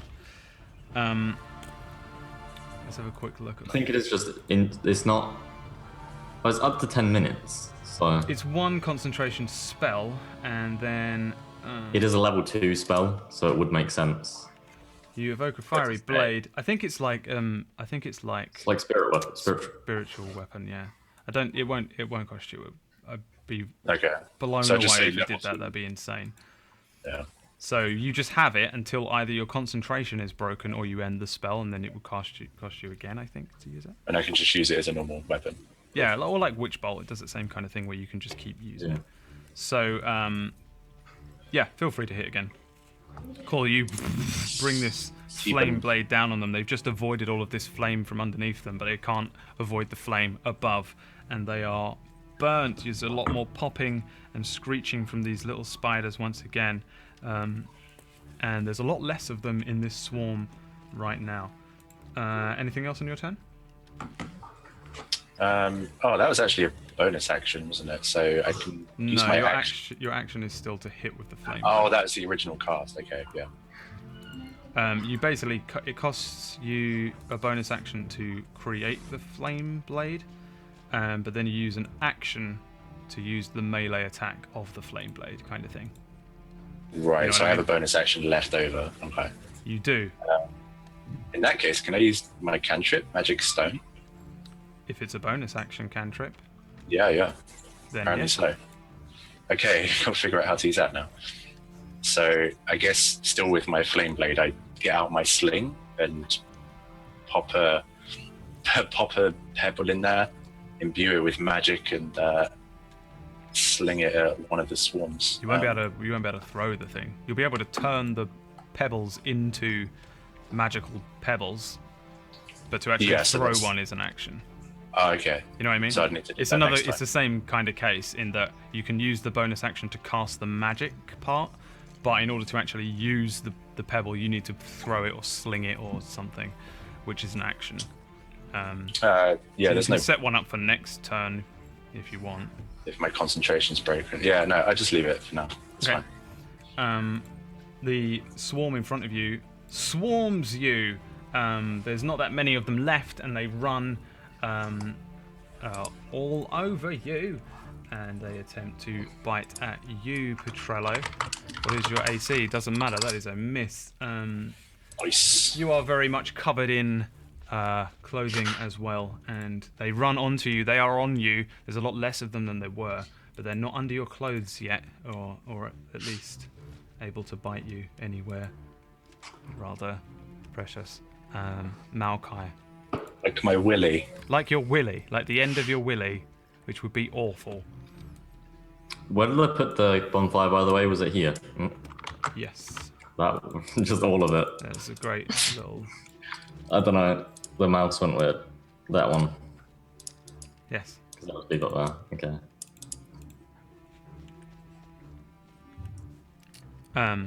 Karina, it's your turn. Yes. I think I'm gonna. Okay. I have Sacred Flame as cantrip. Okay. Sacred flame, And- flame. Yeah. In the components, it says the V and the S are ticked, but the M isn't. But it says ruby dust worth 50 GP. On sacred flame, bullshit. Yeah. Wait. Sacred. It says it on something else. I don't know. But I didn't fill it in myself. I just dragged that in. Sacred flame does not cost you any component shit. Okay, cool. Then I want to cast that. Yeah, I don't know why you've done that. You can untick the M. I haven't done it. It was unticked, but it still maybe it's a placeholder thing from Yeah. the sheet itself. I don't know. I don't know why. There's no way it costs you 50 gold to cast Sacred Flame every time. That'd be Yeah. completely insane. Okay. I want to cut the one on what's his face. Petrello is smaller, right? It's like about 2. Yeah. There's not that many. Okay, then I'm gonna cast Sacred Flame on that, and it needs a dex save. Do it. Petrello will also need to roll a dexterity saving throw. If you roll a 1, you also take the 4 damage. I guess I need to roll dex save. How do I do this? Oh, I know how I do this.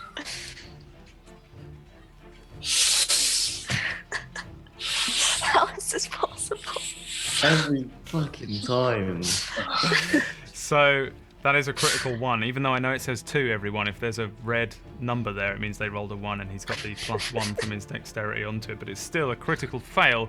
You take 4 sacred flame damage as this flame comes flying in and strikes towards these spiders. Most of them move out of the way, and Petrello is just smacked in the back with some sacred flame, dealing 4 damage, so you can remove 4 HP from your current HP. And Maokai, you may It's still use, more HP than I've ever had as my other character. you may use a bonus action to apologise to Petrello. If you like. Sorry. No, don't worry about it. It's quite fine. I didn't get an apology. This is rude. No It one, smell bad. no one needs to apologise to you. You're a half orc. I can apologize for my existence as a half orc. Valrys. Yeah, same thing as last turn. All right, Hold on. flick at him. Short sword. Oh, do I cut myself? You're like attempting to deal with these spiders that are all over you, and there is a point where you just wildly fling your sword out and let go of it, and it flies through the air, landing beyond the body there that's on the ground. And let's just grab a little picture of a sword to show you where it is. That sword looks too cool for your character. I'm afraid you can't have that one. This one, hold on. It's going to look all weird. Boom! And yeah, your sword lands just beyond the body as you painfully miss. You want to attempt to bash at him with a book? Now that that's become your Yeah. main weapon. I think so, yeah. I mean, I can't really shoot at them unless I want to shoot myself, which wouldn't work anyway. Yeah, no. Nope.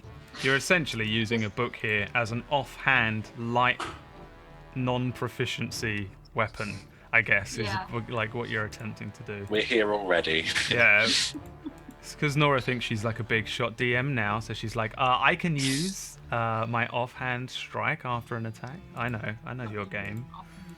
I know your game, big shot DM. Remember, Yeah. everyone, subscribe to 10 shilling sixpence justintv.youtube.vimeo.com to see. Nothing. Offline. Does it have a D&D. name? Does your campaign have a name? Like like I have Yeah. Fractured Worlds or whatever. Nora's Game 01. Yeah, basically. I mean, the Roll20 has a name, but Nora's game.mp4. .org. basically. I should change- Gondash. Yeah. Yeah. Your Right. turn. I wish to cast Firebolt. Firebolt. Which one? Who's giving me a deck save, basically? Petrello. These odds. Petrello. Sorry, buddy. No, I deserve it after what I did to you. That's fine.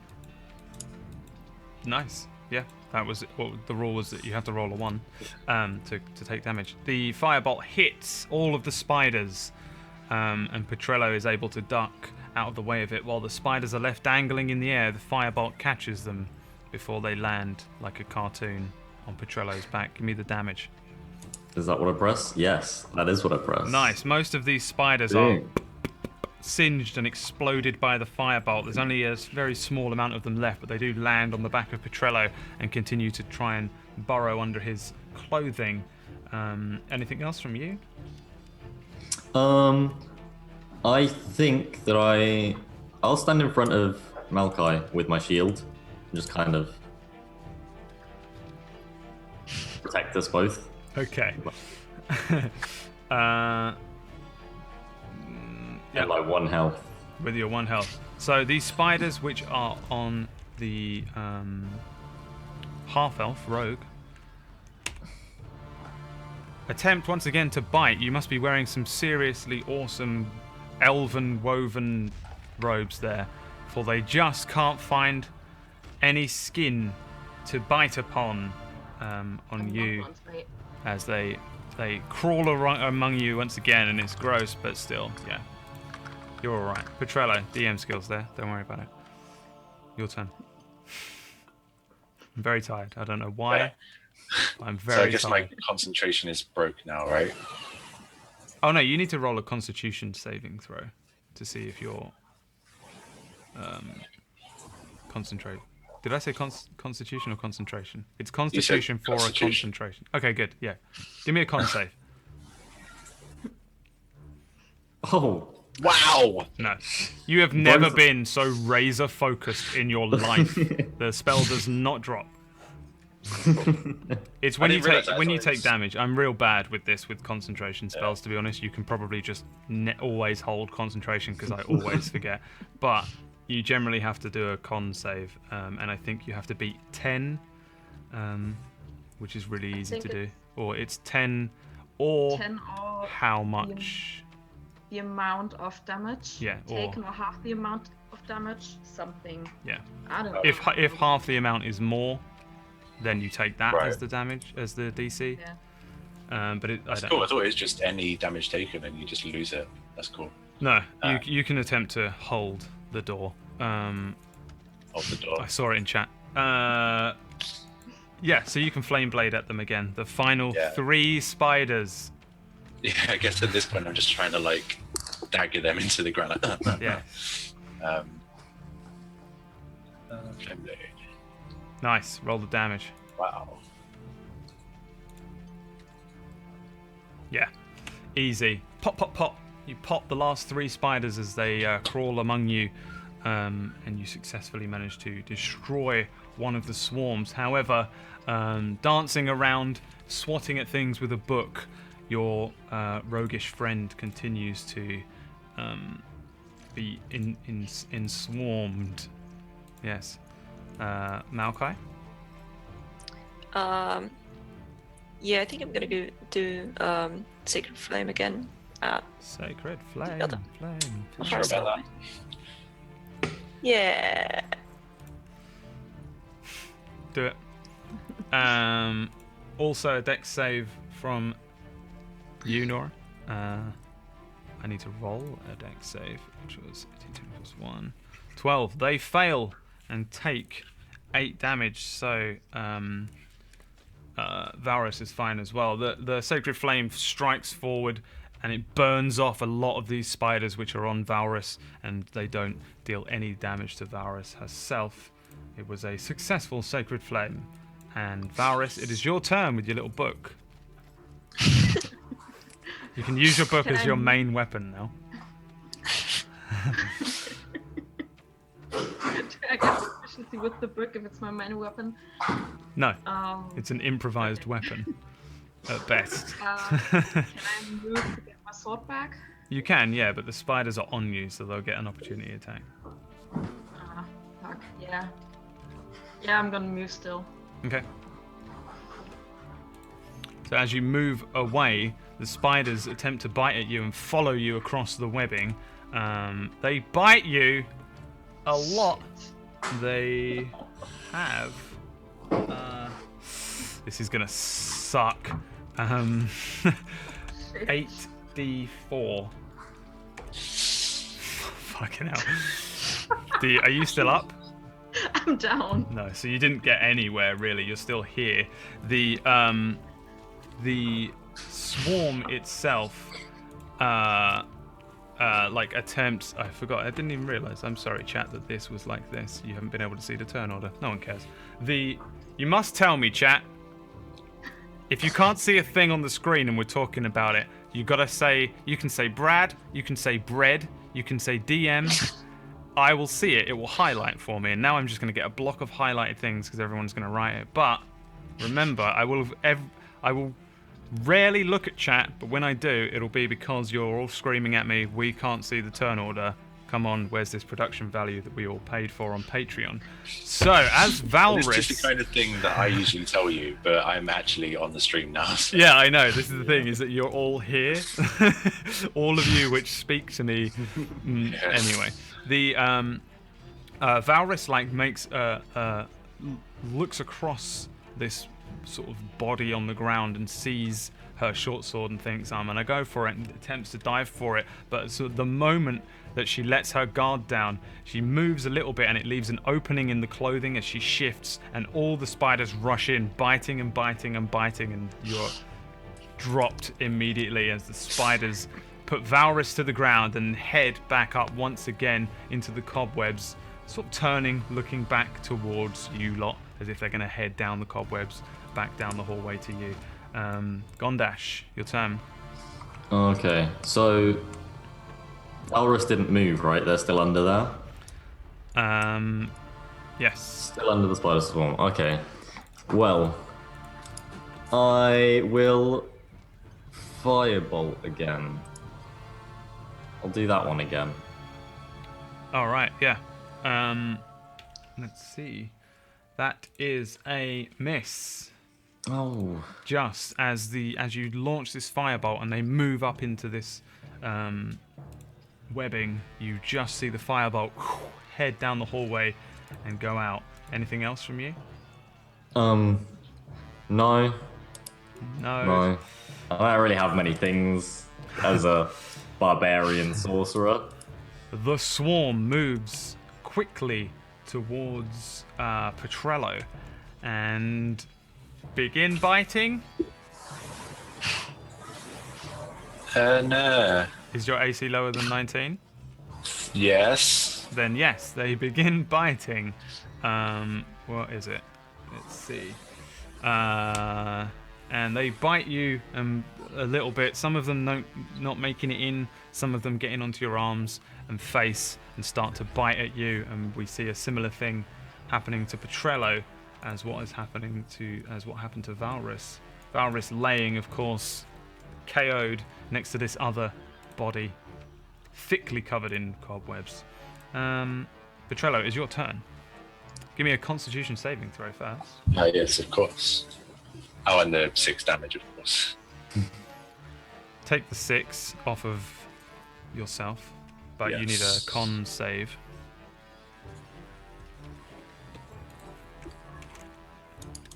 Ooh.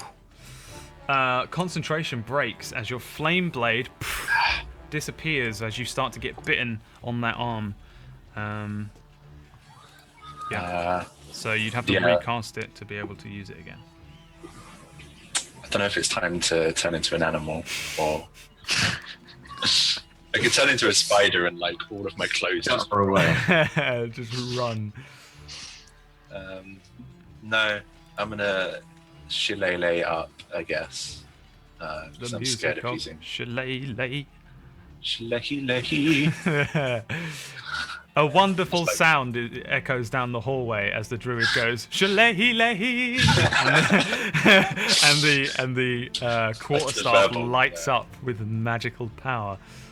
Oh yeah, and the magical power is like little offshoots of like leaves and flowers come off it, and it becomes more natural in energies. So and then I do an attack with it. So I'll literally just roll shillelagh attack, right? Shillelagh. Yeah. Shillelagh. Nice. Roll your damage.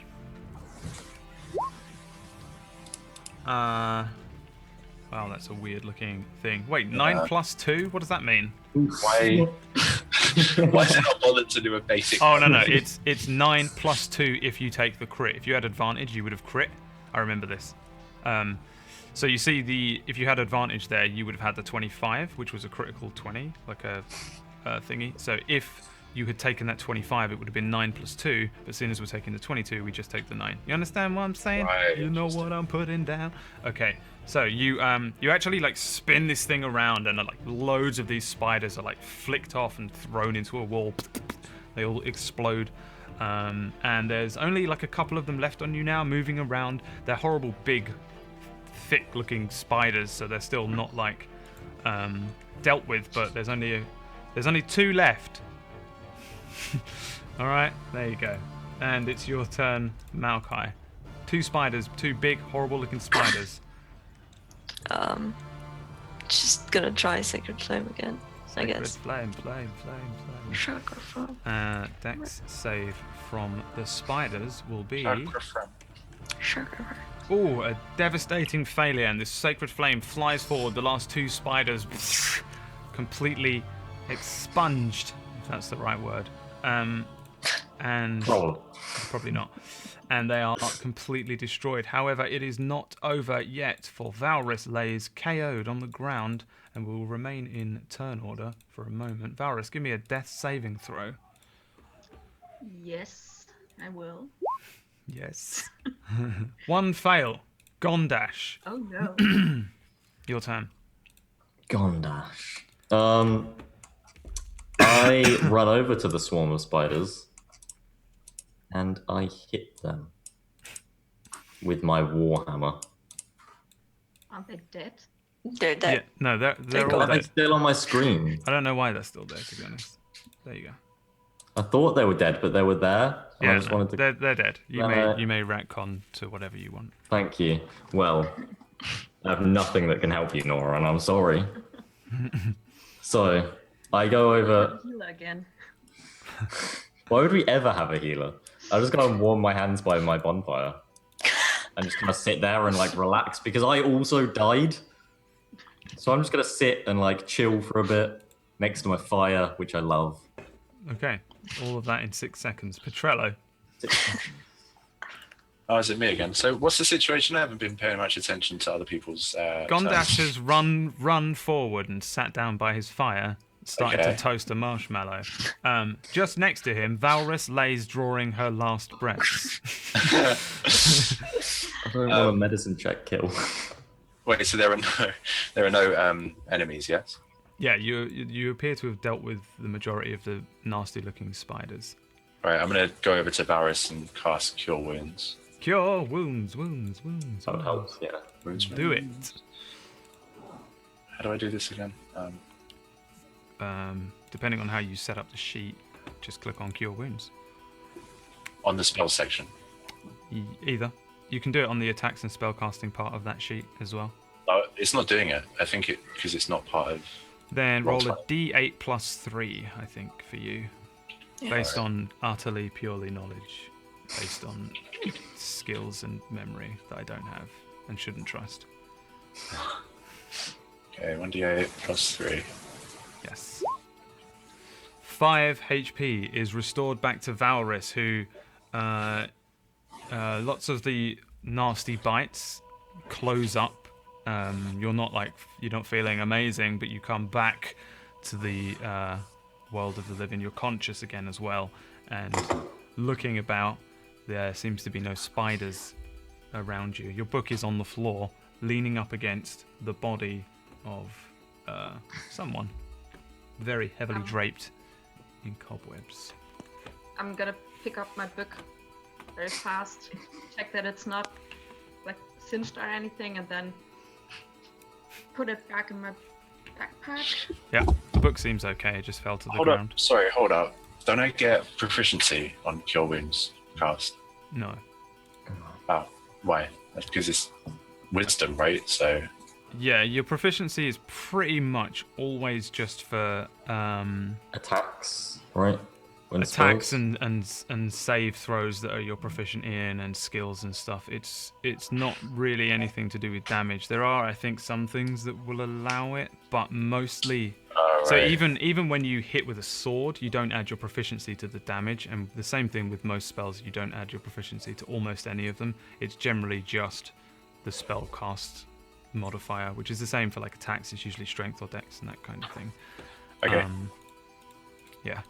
Don't worry, I got you. It's alright. Don't worry about it. Thank you. What do you guys want Well, Was that the book that taught you the magic? No, this is my notebook. Ah, wait, what? I put it what away notes? really quickly. Why are you asking? I like magic. Why would I not wish to? It's not magic. But you used magic earlier, and it was interesting magic. Uh-huh. I wish to learn this magic. Don't touch my book. I wouldn't touch your book without permission. I had boob. I also would not touch your boob without permission. It depends on my orcish rage. Like, Are you don't feeling- touch the... Are you feeling better next to this fire? Next to this warm hearth fire? I noticed you were really. in pain. I mean, No. no. Do you not feel its power within you? I mean, Can it's I- warm, but Can I, while everyone is talking, just more or less sneakily cast Prayer of Healing on everyone? Yes. Like, I cast it by just like starting to polish my axe and just chilling out a bit. That's a sneaky Is that prayer all of of us healing. with 11? I forget how prayer of healing Yeah, works. everyone gets another. It's Nice. see the heat of the fire.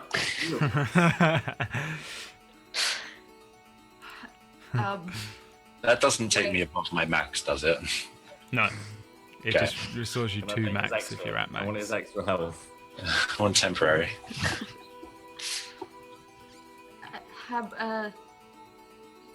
did the fire do that? Fire did... No. Gondash grew up in mountain. Gondash no fire heals.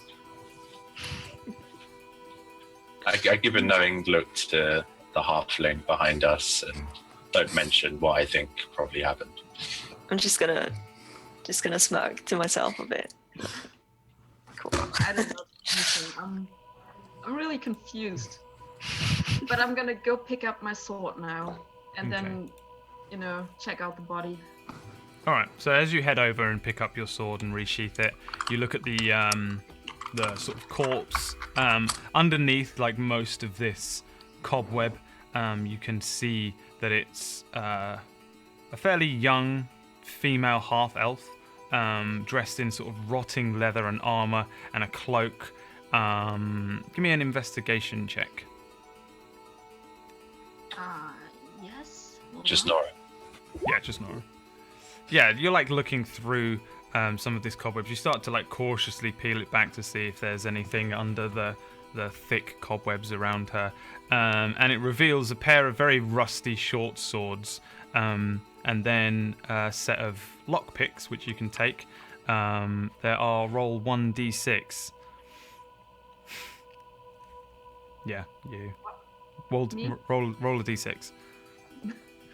Yes, I'm paying attention. You can tell. Shit. I can't type. There are 5 lockpicks which you can add to your inventory, and also you discover 32 gold pieces and 50 silver pieces on her. The corpse looks pretty old, and it's not really possible to tell how she died, though presumably spiders. I'd imagine so. Okay, can I pocket the gold without the others noticing? Give me a sleight of hand check, and everyone else give me perception checks if you're actively looking at what the... I'm watching the fire. Okay. Yeah, Yeah, I'm I'm just looking. looking over. Perception checks, right? Yeah. Yeah. Oh shit. You pocket the gold and the silver. Petrello sees you do it. It's obvious that you pocketed something, not 100% sure what, but he sees you pocket the lockpicks and the gold and the silver pretty damn quickly. It's like it's a skillful pocketing, but you just happen to do it right in front of Petrello, who might as well be stood just here going. And he just about catches you do it. You are noticing me doing this at all? I don't even know what I'm saying. Does Nora notice me noticing? Probably not. Okay. Okay. I think I'm going to have a quiet word with Valris and say, look, I saw what you did. I'm not here to to tell the others and call you out, but I think it would be reasonable of you to share what you found. Keep the lockpicks, that's fine. But Did he see that I what I took, or did he just see that I took something? You just saw that she took something. oh, okay. Well, I think it'd be good if you could share with the group what you found. Fine, I just don't think you can use these things, and I take out the lockpicks. You sure that's all you got out? You sure there wasn't anything else? You seemed to put a couple things in your pocket. I wasn't sure what they are. It's picks and a couple silver. I mean, I guess we can share the silver, sure. And I take out 40 of the silver I found. Can I do an insight check to see if she's lying? Oh fuck. Yes. Do I roll deception? Yes. What, against my insight, right? Or Yeah. Oh shit. I got +5 in insight, so You're lucky he's a super pacifist, because I feel like if this was Gondash, you'd be in like PvP by now. you'd be raspberry jam along with the spiders. Yeah. I'm pretty I sure you didn't took find- something else, actually, and I think you're deceiving us, young Missy. Or Mister, I can't remember. I kind of chuckle at the word young. And then I go, oh, fine. Fucking hell. But if we find any books or scrolls or anything, I'm calling dibs. And I then also like books, if they give magic. I'm only asking for fairness. One, but I want the cool books. Okay, I'm gonna take out the, what was it, 36 gold and 50 silver. I wrote it in the thing. 32 Yeah. gold, 50 silver. 32, yeah. I'm taking that out, and then I'm gonna share it with everyone equally, begrudgingly. But they don't know you lied, right? So I mean, I don't look very happy doing it, so. regardless. I'm giving you that chance. Like I spoke with you quietly, so Yeah, I still don't like it, and I'm very, very obvious about not liking it because I'm not very deceptive, as it turns out. yeah. So yeah, I'm gonna share it, and I think we can do that off stream later. Everyone gets 8 Okay. gold. Everyone gets 8 gold. Okay. And you took What up is gold? 40 silver, right? 50 Or like 50? 50 silver. silver. 40 would have been easier. Yeah. Yeah. Why? 12.5 per person. But like, I would take 12. Just let anyone else have. I'll take 12. I'll take 12. I take the rest. Which is how much, Nora? Do the maths. 36. 14. She takes 14. Yes. Where is money? Oh, there it It's is. under Okay. inventory on the left, yeah. So All it's right, eight, what do you 8 guys... gold, 12 silver. What do you Yes. guys do next? I suggest we don't touch the spider webs. Hold on, the half elf that I found, she was wearing armor, right? Hmm. Did she look at all like the woman, the guy described earlier? How did the guy describe the woman? Dark hair and pretty A wand. A wand, yes. nice Dark one. hair and a Sure. wand. Some would say frustratingly vague he was. Legitimately says that he describes her as frustratingly vague.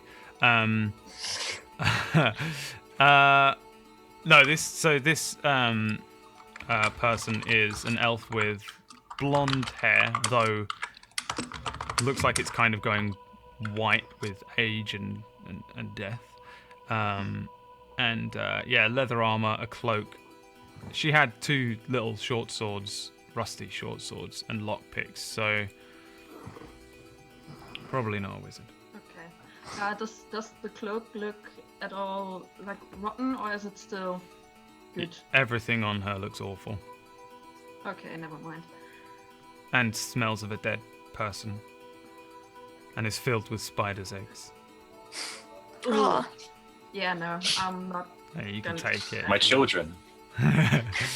Not anymore. Gross. Yeah, so I mean, you have everything basically of worth off of her. Okay. Yeah, I'm gonna look at the other guys and I'm gonna say, okay, so, do you want to keep moving or? yeah. There's nothing else in the area to check out, right? Or do you want to just do some general arcana checks? I mean, you sort of investigated this room when you came in, and it Right. generally seems like there's nothing else in here, and there's no obvious traps. All right, let's bust a groove. It The was room just a lot seems of to be horrible opening up as we go on. spiders. Yes. We should try to stay together to reduce the amount of spiders that we anger. Group hug. Most of the spiders I'm are dead still or gonna- very small and irrelevant. Yeah. I'm still gonna move ahead a little bit, just so that I can check for traps before us. in Okay, front of yeah, us. give me like a moving investigation check. And we'll just carry it with you into the next area. Yeah. Nice, yeah. You're looking around, no traps here, perfectly safe. Okay. Yeah, I'm gonna keep going. All right. So you guys head into this room. Ahead of you, there's like this room looks like it was sort of furnished at one point, a little bit more so than even the upstairs area. There's a couple of like chairs over to one side, to the right of you. However, the walls are sort of covered in hundreds of eyeballs as you head into this room. Just all around this room, there are lots and lots of eyeballs embedded in the wall, and they all pivot and look at you guys as you enter, and then they follow you as you move around the room. And before we get into sort of investigating this room, we'll just dive to a quick break. It'll be the final break, and we'll be back in a couple of minutes. Please enjoy the break screen, which I love, and I'll see you all in a couple of minutes for the gross eyeball room. Ew.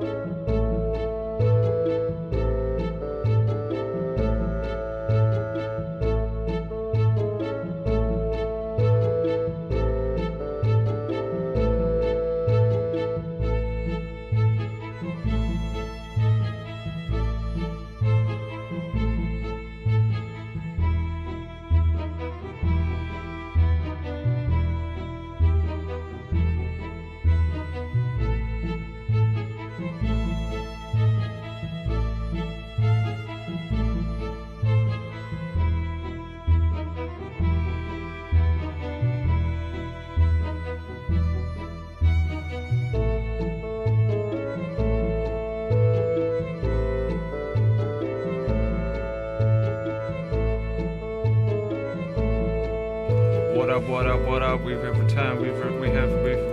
We have returned. What up, yo? It's us, all of us. Yes.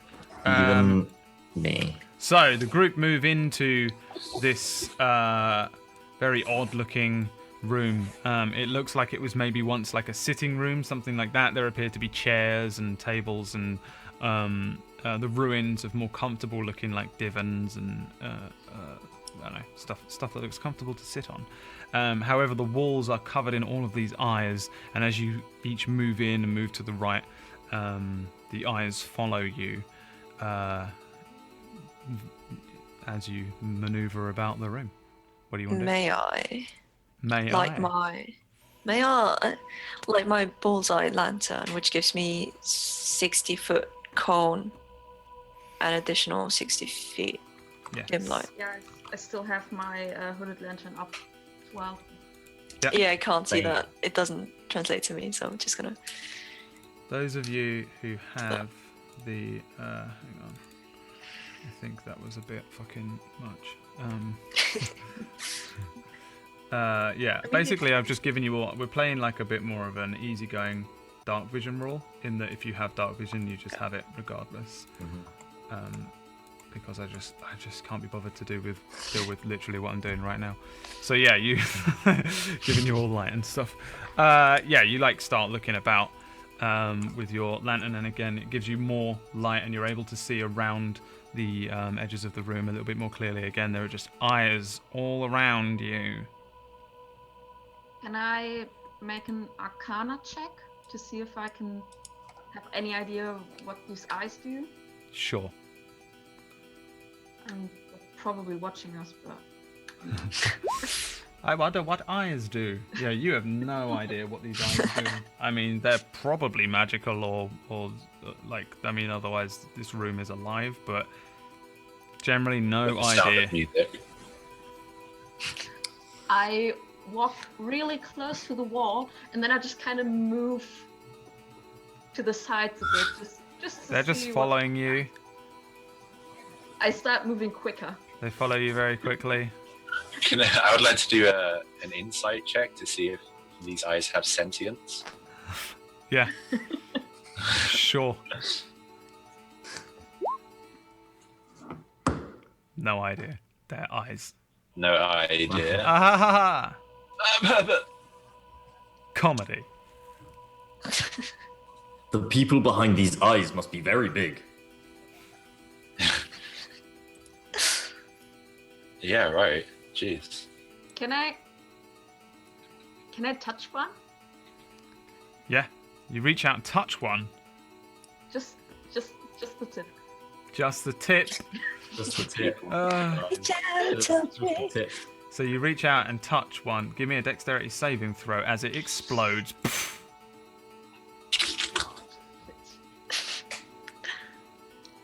Yeah. The you go in to touch one. As you touch it, it just goes and it explodes into like weird spiky little bits, as if each eye was filled with like pine cones or something, but very sharp little nail-like spikes fire out from the eye as it explodes into some eyeball jelly and spikes, but you manage to just dodge out of the way of the few that fly towards you. You don't What's take any the- damage. What's the range of that attack from the eyes? On only the person who touched the eye. Even if it's a ranged attack to make it explode? It's not a ranged attack. No, but I mean, like, if I do a ranged attack at the eye and make it explode, would it hit me? Oh no, it will hit whoever stood in front of it Within what range? within 5 foot square. So Okay. if you're stood in front of it, it will hit them. I'm gonna move back. I'm gonna take a little piece of paper out of my scroll case, which I have, and like ball it up and then just throw it at the wall. Okay, you throw it at the wall, and another one of these eyes explodes into this shrapnel. Like, it flies. It doesn't reach quite as far as where you are. It lands on the ground in front of you. I pick up the ball and I just keep doing that for a bit. It's All right, funny. there's eyes exploding all around the room. There's horrible bits of shrapnel and eyeball jelly flying about all over the place. It's awful. It's like the Blitz. I would like to contribute to these explosions with my magic stone cantrip. Further Sling. explosions around the room as you start popping these eyes like they're bubble wrap. Guys, I don't think we should be doing this. Kind of addictive. You should try it. Kind of don't wanna. It's like bubble It's wrap. weird. Beautiful. Really? They're weird. The eyes have done nothing to us. Why do you hurt them? They're looking at me funny. Give me a perception check, one of you, any one of you. First one to roll one, I'll take. Feels odd. Gondash, there is a particularly noxious odor coming from the corridor, which is to the sort of west, north northwest area. And as they're starting to pop all these things, you sort of catch that with your big half-orc nostrils. And after about maybe 30 seconds or so, the eyes that you've popped reappear as if they had never been popped. Huh. Oh my. Air, it is not happy with our presence. Quite a curious room indeed. Do you smell it? Do you smell the air? Breathe. We must. What is that? The elements are not okay with our punishment of these eyes. Okay. I don't Should smell we just anything. leave? Can we just go, maybe? Smells like something else to me. I'm sorry, what does it smell like in your experience? Unless did you fart and blame it on the room? I would never blame anything on the elements. No, the room. Why, no. I resent this accusation. Come on. I do highly suggest, however, that we leave fast. Okay, Fine. good idea. I feel that if we Let's go. attempt to leave this room, Angry winds are not to be messed with. But I kind of want to check out this. Yeah, What? the other way. The way... No. You, All right. I Party swear the splits smell, up. Did the party split up? No. the smell is originating from that direction. The Yeah, but smell. don't you want to know Okay. what it is? It is the wind. The wind carries it. Yeah, but I mean, where does it come from? Has If it's wind, maybe it's an exit. I mean, it's not wind. It just smells Air. bad. The air the carries the scent. Yeah, but the scent has to come from something. Air doesn't smell like that. It can if it wishes. You do not know the way of the elements, do you? You have not studied them. Do you know physics? I'm sorry, what? Yeah. I know fire. I know Yeah. air. I know water, and I know earth. What are these physics that you speak of? I'm gonna start heading in that direction while checking for traps. All right, give me an investigation check. Yeah, I'll follow along just behind. I'm just gonna run behind and be like, wait, don't, wait. Insolent people. And then I just carry on in this direction. Or in the other direction. In the other direction. The other direction. Okay. Not the smartest So- of battle force. I want to shout back to him. Come on, like, it's not a good idea to split up. Like, regardless of your petty arguments, let us just stick together. It's not Okay? an argument, I'm stating facts. It is your choice if you wish to ignore them. It's fine. It's Oh fine. my god, He what is this? echoes down Can I roll the persuasion hallway. to get him to come along? Brad's muted. Brad, you're muted if you're trying to speak. Oh, sorry. The you don't need to roll persuasion against him. It just doesn't work. He heads one way and you guys head the other. So the three of you, which head down one hallway, I will have to deal with first. And you guys, one second. Sorry, I ruined my roll 20 just then. In the interest of keeping as many people safe as possible, can I go with Noodle's character? Yeah, sure. Petrello changes his mind as he starts to head down the corridor and turns back, following Gondash down the southernmost corridor. So we'll deal with the guys that went up to the northeast, who aren't guys at all. They are girls, and they headed into the this bizarre-looking room. Each of you make me a con save for as you walk into this room, looking about for traps and things like that.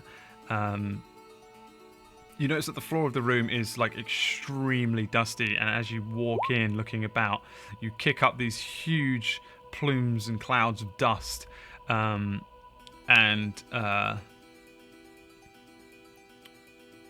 Cookie, I need a con save. Is that You something? get a hand to your mouth just before you manage to inhale. Yeah, that's it. Yeah, just click on Constitution, and you stop like half of this dust going into your mouth and you avoid a horrible inhalation of devastating dust. In the middle of the room is mostly decomposed body. Appears to be male, wearing a very rusty chainmail armor, carrying a mace. The mace has sort of silvered holy symbol carved into it, depicting a rose and a sheaf of wheat. Yeah, that's about it. No, it isn't. In the southeast corner of the room, you'll see that there are a couple of barrels of like fetid water. There's a much smaller barrel behind it. And ahead of you there are these two huge cabinets, which generally seem to be the focus of the room. They're like just there's these two huge cabinets. What do you guys do?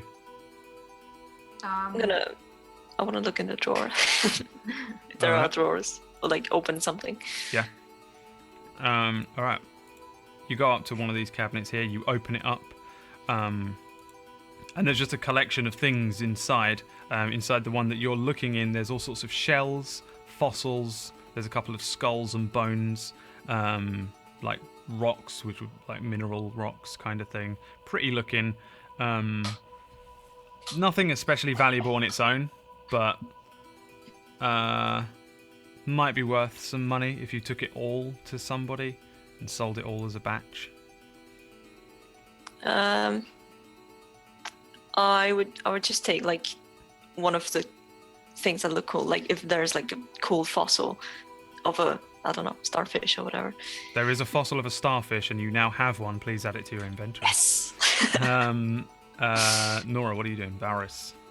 Can I check out the maze and see if there's something special about it? The mace, give me a religion check. Ugh. Okay. No.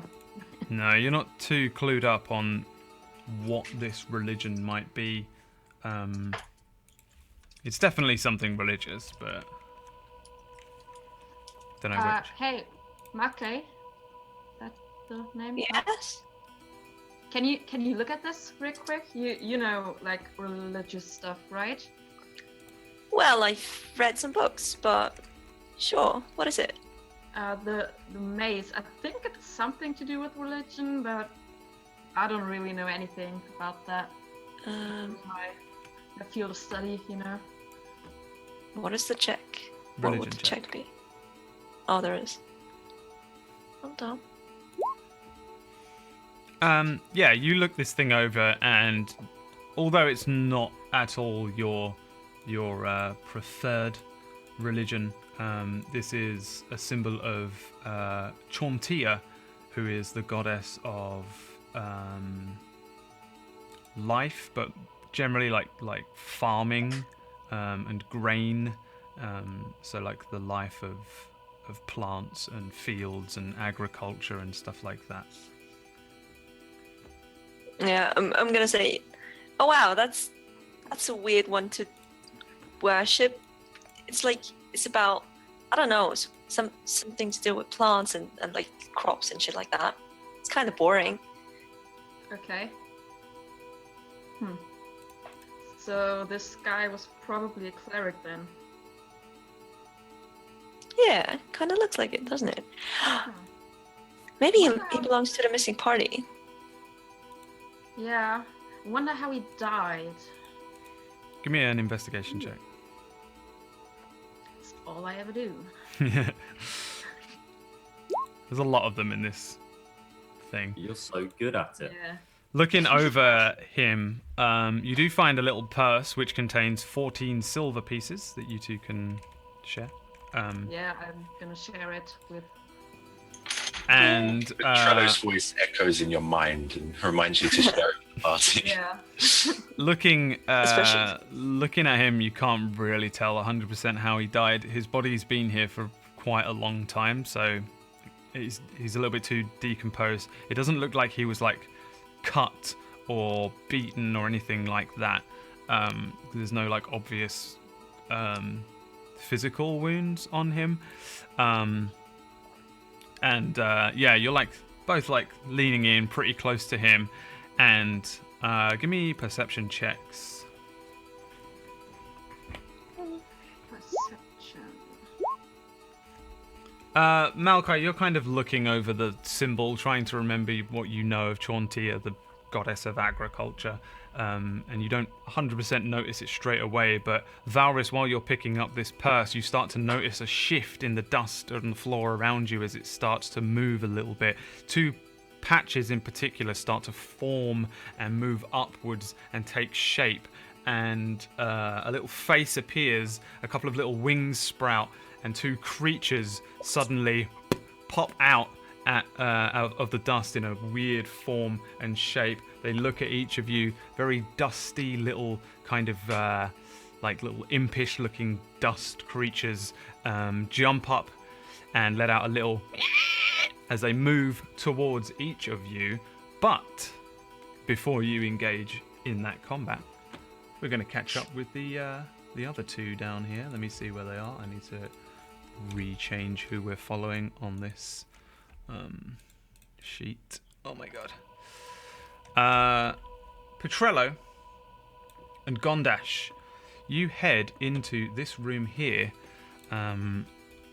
As you head down to the bottom, you hear the faint sounds behind you of the other two moving into a room, and we'll say, like, generally as you move about this room, you can kind of hear like somebody opening a cupboard, and then the muffled conversation as they quietly speak amongst themselves about whatever it is that they're talking about.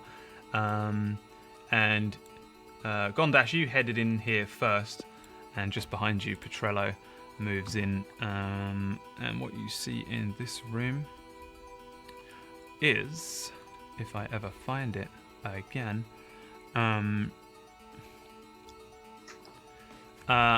so you move into this little room. It's a smaller room. It curves around to one side, and then there's this really not much in this room. It's a very, very plain looking room. There's an odd circular stone pool, and it's filled with sort of putrid looking water, very old, very still looking water. As you move closer to it, you can see a sort of dark shape maybe at the very bottom of the pool, but smells very sort of nauseating. Generally nothing else in this room other than some old rubble and eroded, dusty walls. This water is not pure. Yes, it does rather have a foul smell, doesn't it? Is there a way that we can... Do you have any way to cleanse this water? Oh, I'm not sure I do, actually. Let me just check what I have in my None bag. of your druidic abilities can help with the ways of the elements. If only there was a DM to tell me if I had anything. What do you want? I'm pretty sure I don't have anything. What are you looking for? I'm just drink. listening I to you. doubt it. Assuming you I can don't have work that out. spell. No. What do you want? You want something that will interact with the water? No, you don't really have anything unless you get creative with some of the stuff in your inventory or maybe one of your spells. There's nothing that... I don't know exactly what you're trying to do, but doesn't appear to be any particularly water-based spells. Yeah, no, I don't have anything that will purify this water. Perhaps this would work. And then I use my chill touch cantrip on the water and attempt to freeze it. Why? I mean, you can do it.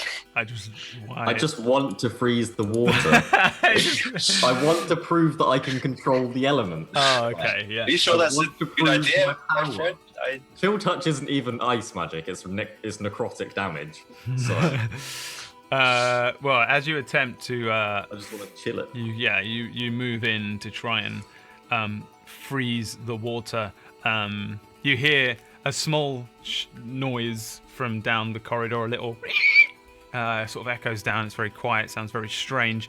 As you reach a finger or a hand towards the water, you see the water start to ripple and move. The dark shape at the bottom of the water looks like it.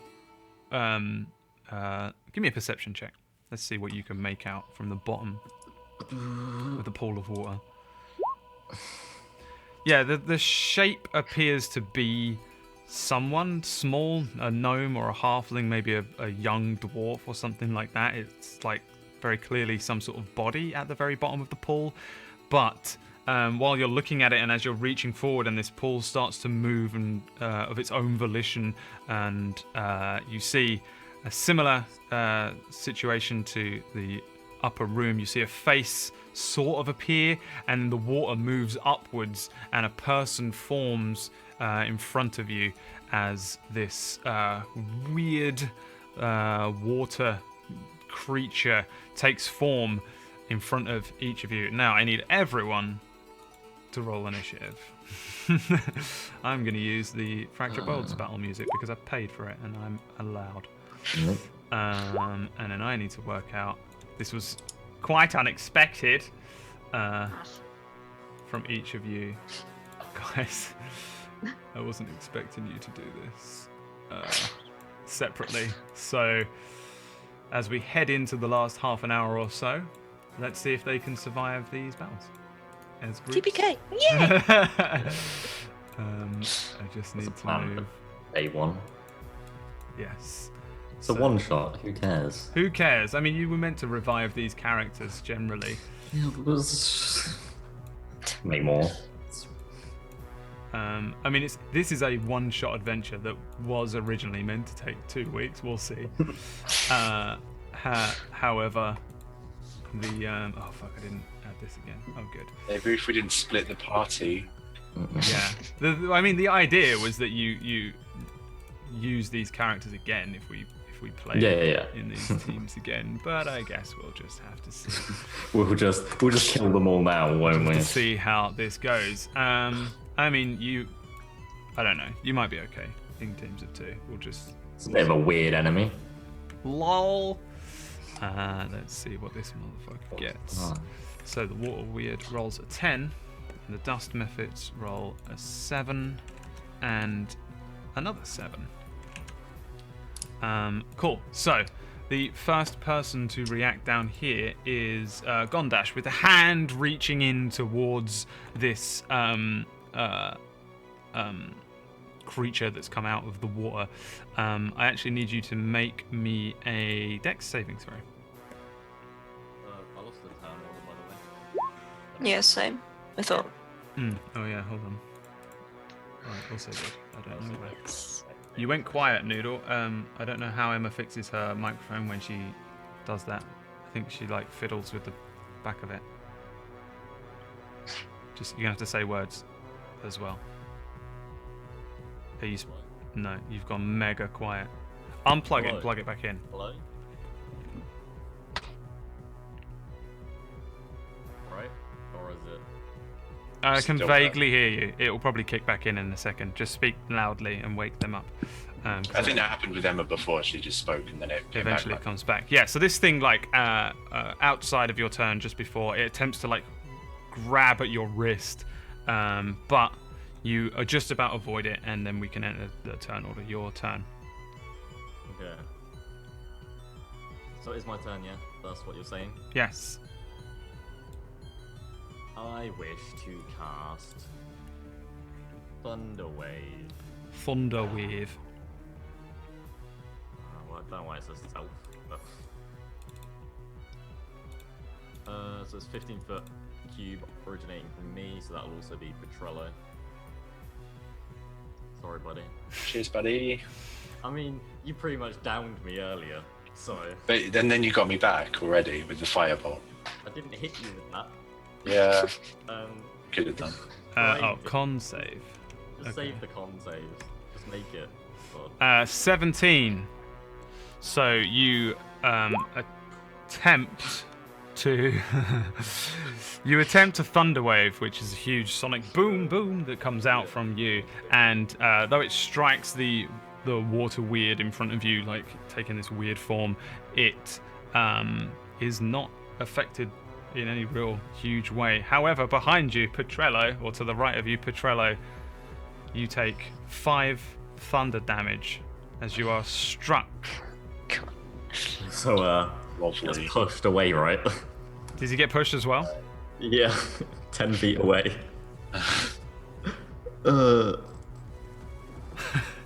You strike a wall, boom, and yeah. Would the water move as well, by the way? Because it's unsecured objects too. Will it, like ripple, or I is mean, it like magic? the water might move, but it's not gonna. Yeah. Okay. It's quite a deep pool, so it's not really gonna. Mhm. Yeah. Next, back in the other room, this is gonna get difficult to do. I'm gonna have to do stuff like this. So I don't know how to do this. Okay. Malkai, your turn. I'm gonna cast Shield of Faith on Valris, which gives you +2 AC. Thank you. +2, yes. No, thank you. Oh. Not +2. No, thank you. No. Ah. And then I'm gonna turn to this little fucker and hit him with my black axe. All right, nice. Yeah, you strike at the dust mephit creature in front of you, and you deal 9 damage to him.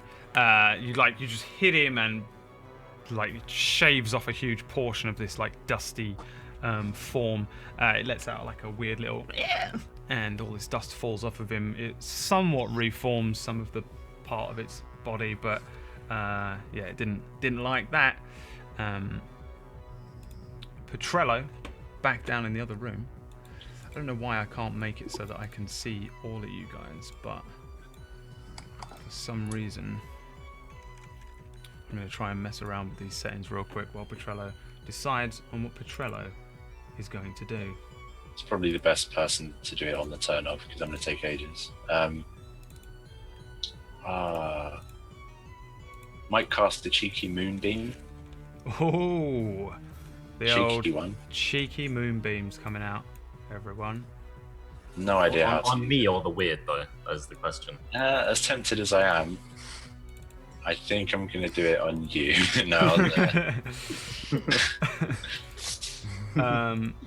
Yeah, do it. Cast the moonbeam. I don't know how to do it. Basically, have no idea what this spell does. So I'll give it you because I'm scared and I don't know how to do it. Oh, I suppose I can check it on the thing. I will read it out. A silvery beam of pale light shines down in a 5-foot radius, 40-foot high cylinder centered on a point. So pick your point, just draw it, and when a creature enters the spell's area for the first time on a turn or starts its turn there, con save or 2d10 radiant damage. Okay. Can you see that? Yes. Cool. So a beam of light appears in that point, and yeah, nice. The creature's not gonna take damage this turn. Next turn, yeah. Anything else on your turn? Shit. That probably wasn't good because he's going to move out of the way now. Anything else on my turn? No, let's leave it. Alrighty. Valris, up here in the other room. I should be last though, right? Because I have lowest initiative. Yes. How did that happen? We just don't know. In that case, it is the Water Weird's turn, who takes this, has to do this con save. So another d20. Roll your moonbeam. because it's still going to take half, I guess.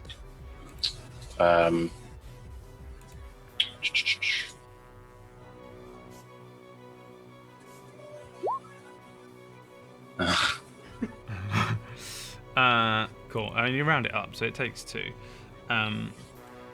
The creature makes it save, takes 2 damage from this beam. The beam doesn't go away though, right? It's a concentration spell again, so you can hold that thing there with your concentration.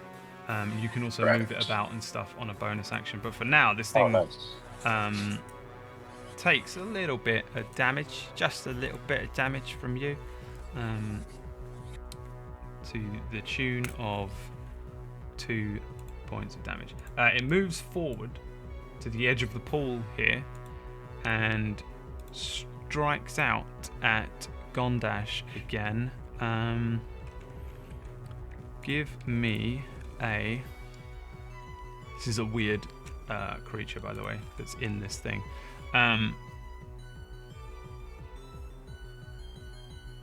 Oh no, it's an attack. Sorry, I thought it was a save on your part, but it's not. Oh, 21. Oh, what madness is this? You can't do this. You're muted. That's a bonus action, not a reaction. Press it. I didn't mean to press You it. goddamn scumbag. I pressed hog again, but missed because his mouth sucks. So this thing strikes out at you with a watery hand, slapping you across the face. Yeah. For 3 So, damage. Give me a what the fuck? Oh no! It literally doesn't even. You don't even get to make a save. This thing actually just slaps you across the face and grips your face, and grapples you immediately, and pulls you towards the water. And on your turn, you can attempt to escape the grapple with a strength check. Next up. Luckily, strength is my highest stat as a sorcerer, so... Very good. All the way over here, back up in the other room, the dust methods begin to move. The dust methods begin to move. That's my best David Attenborough. You're welcome. The first method breathes inwards and then exhales a cone of dust towards both of you, potentially even his little friend. Nope. I'm going to need a dexterity save throw from each of you, please. Ouch. All right, Valrys, you get your cloak up in front of your eyes and stop all of this dust entering your actual eyeballs. But Malachi, you take a face full of dust and it all gets in your eyes and you have to close them. You are now effectively blinded for 1 minute. You can do another dex. You can do a dex save at the end of your turn to try and unblind yourself. Blinded creature can't see and automatically fails any ability check that requires sight. Attack rolls against you have advantage, and your attack rolls have disadvantage. Okay. How much damage do you take? No damage. You've just been blinded. Oh, okay. And then Nice. the other one strikes at Valrys with some nasty little mephit claws there. What is this?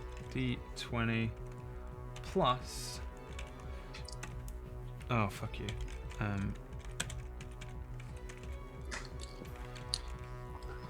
Nope. Strikes out at Varys. Ah, this has advantage because it's behind you. Bam! Strikes out at you. And deals... plus 2. Okay. 6 damage to your back as this horrible dusty claw strikes in. You feel it cut into the back through your robe and leave a nasty little cut full of horrible dust in your top back of your shoulder there, and you can react as it is your turn now. Okay, first of all, as my bonus action, I'm gonna disengage from the thingy. Mm-hmm. Then I'm gonna take my movement is 35 feet, so I'm gonna move back here. Hold on. Here. And then I'm going to attack the method that's up against Nake with my bow. Do it. Do it. Wipe them out. All of them. So that is a hit. Okay. And I believe this is also a sneak attack because I have an ally within 5 feet of it. Yes. Okay, cool. For you am distracting him. Yay. The arrow Shit. flies true, and this thing is so intently concentrating on its blinded target, it starts to head towards Malkai, who's kind of doing this, and an arrow smacks it in the head, and the entire dust method explodes back into a puff of dust and reduced to nothing on the ground there. The dust method has been destroyed. Nice. And then we return to the half-orc down here, who is currently being restrained, and grappled by a weird watery creature. By the way, how do I get rid of my lines that I've drawn? You click on them You with your... just click on them, yeah. You sort of click on them the same way you can click on yourself. With select move? Yeah. Yeah, and then what? delete. We can delete them, yeah. What are you doing, Noodle?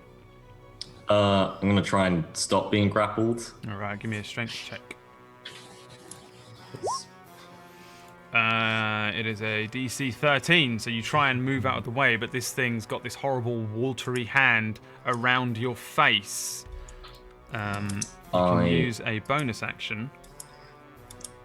I do that to enter rage. Alright. Is that it? I'm just kind of, yeah. Okay. Very angry. Yeah. Yes.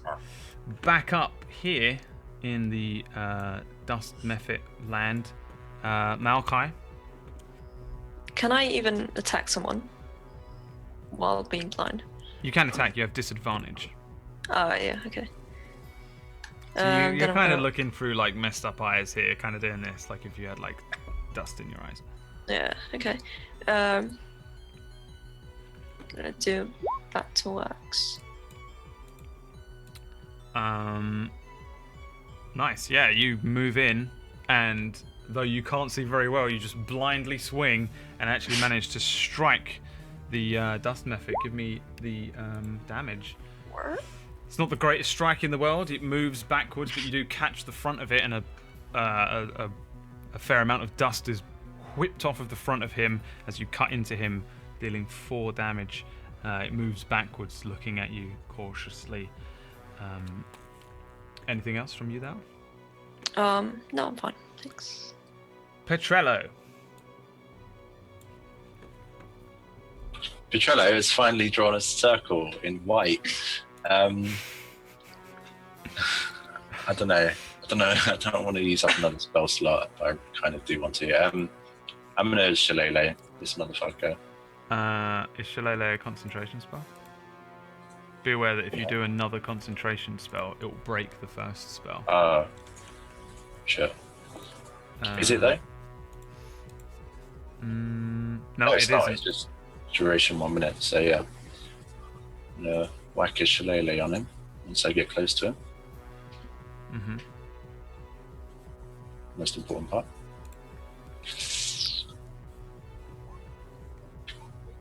Shillelagh. You swing at him, but this thing's a weird, watery creature that's kind of moving about. It's got a Gondash in its grip, and you swing and a whiff and a miss.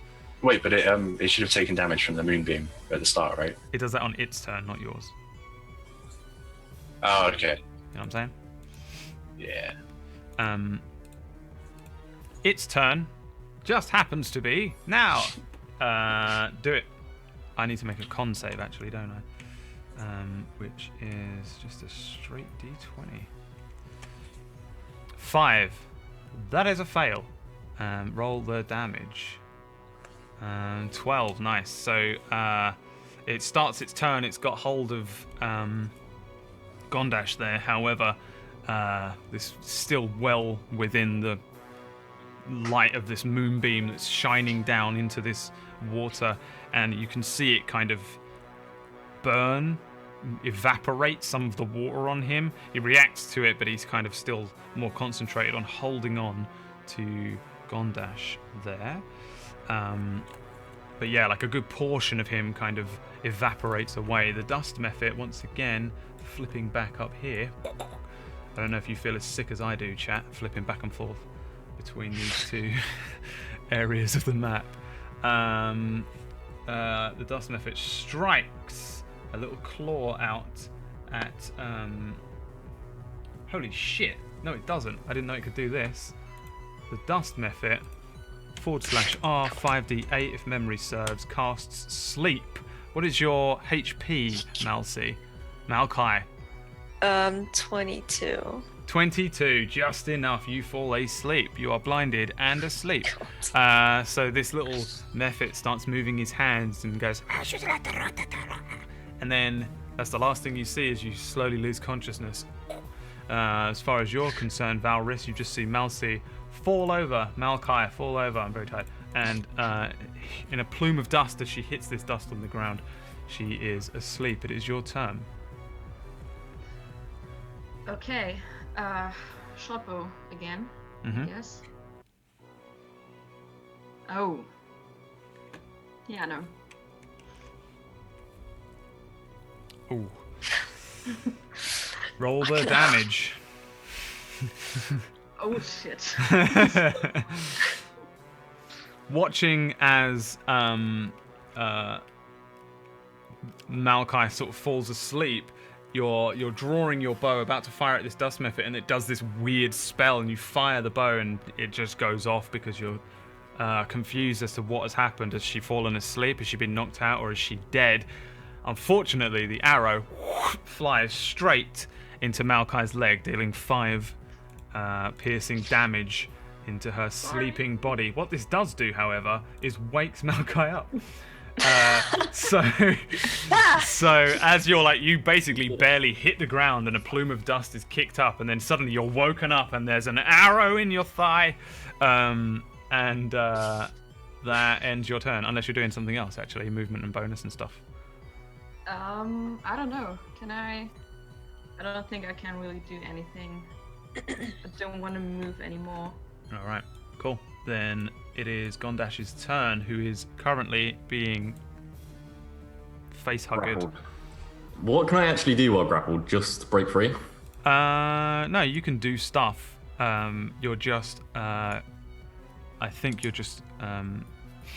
creature's speed becomes 0. It can't benefit from any bonus to your speed. And that's it, I think. I just don't think you can do anything. Oh. You just can't move around. Then I wish to hit it with my warhammer. Hit it with your warhammer. With my warhammer. Hit it. Hit it. Nice. You and strike. I have advantage because I'm in. Right? Yeah. No, I don't. Because it wasn't. I don't know what rage does, honestly. If you had said beforehand, you could have done the reckless attack thing, and that would have given you advantage. No, I that's think. no savage attacks. Savage attacks. Whatever. No, I don't reckless. have reckless attack. I don't have it because I'm a level 1 by Oh bit. yeah. No. Okay. See, because I'm a really weird multi-class. You're a Brad. really weird multi-class, and I'm never going to get used to it. Yep. So, but it's still a hit. 17 is a hit. Yeah. Okay. I just really wanted to crit so that I have the half orc advantage thing. But okay, so damage. 8. So you swing, even though this thing has got you, you go and you swing at him, and you just carve out a piece of water. It's moved by this thing, and you deal some damage to him. But again, he's made of water, so Doesn't seem right. It doesn't seem like you've hit him quite as hard as you'd hoped. I honestly can't remember what else rage gives you, so if I just ignore things or miss things, just tell me. Yeah. That's the end of that. Yeah. Yeah? I also forgot to roll wild magic on my Thunderwave earlier, but it's past that now. So We are past that, and that is entirely up I'm to you. never going to remember. Wild magic's so good. If Wild you actually magic is remember great. it exists. I'll write it on a note somewhere, Yeah. and then I'll see it next week. Malachi, on the ground, you are prone right now, and you've got an arrow in your leg, and you're covered in dust, but... Wait, it did 10 damage. I just read because it was a melee attack, a melee weapon using strength. You gain a bonus to the damage roll that increases as you gain as level as a barbarian, and that's +2 from level 1. I fucking have no idea what you're saying right now, but I sure. did 10 damage before it removed half of that because it's resistant to bludgeoning. So you had an extra one. Cool. Yeah. Malachi on the ground. Do I need to use my action to get up? No, you use half of your movement, so not Okay. really a big deal. I don't want to do that. Yep. Please. And then hit with my battle axe. Nice. You still have disadvantage, unfortunately, because you are still blind. And Then what? Then I want to use my bonus action for the what is that? The feature, War Priest feature, where I can just attack again. Okay, but first of all, Okay. you should Oh, note God. that you swing your axe at this thing and then completely let it go because it's a No! 1, and Oh. the axe flies towards Valrys. However, it doesn't hit Valrys, it just lands between the two of you. Let me just put a little shitty axe on the ground somewhere. This is like a wood axe. We all know that this is not true, a true rendition of how it looks. But your axe, you're now sort of, as you swing this thing with this crit 1 in your blinded state, and it just slips out of your hands because you kind of get up in a discombobulated manner. You've got an arrow in your leg. No. What? Right. I can't roll a 1, right? No, you can't roll a 1. When Reroll I your roll a 1. on an attack roll, ability Reroll. check or save. Yes? Halfling, yeah. You're a halfling. Broken as I don't Broken as shit. Reroll the 1. Becomes a 14. So, in this very soft retcon, you smash the dust Cannot method. lose. You smash the dust method in the face. Deal the damage. I've lost my mouse. I can't use Perfect. my mouse. Then Can someone else? I'll click it. Thanks. 9. You you smash the dust method in the face. You carve off the top of his head in a plume of dust. But then the head reforms, and he goes, "Do you know how much that stings?" And looks towards you. Or It Merlin. sounds a bit like Merlin, and he's also Merlin, quoting Men in Black. Because when he shoots that guy's head off, and he grows his head back. Don't worry yeah, about it. that- Don't worry about it, Don't watch kids. movies. Zod remembers. Yeah, anything else on your turn? I mean, I would like to attack again using my bonus action feature, but I can't move my mouse. Alright, I will have to Literally, click it. just- I will click it Thank for you. Hold on, I need to open up your character sheet and go in. Battle Axe. And again. Fucking hell. You kidding? Fucking halflings, man. Aha! It's still a 1. You have Well to done. take the second one, or does it just keep rolling?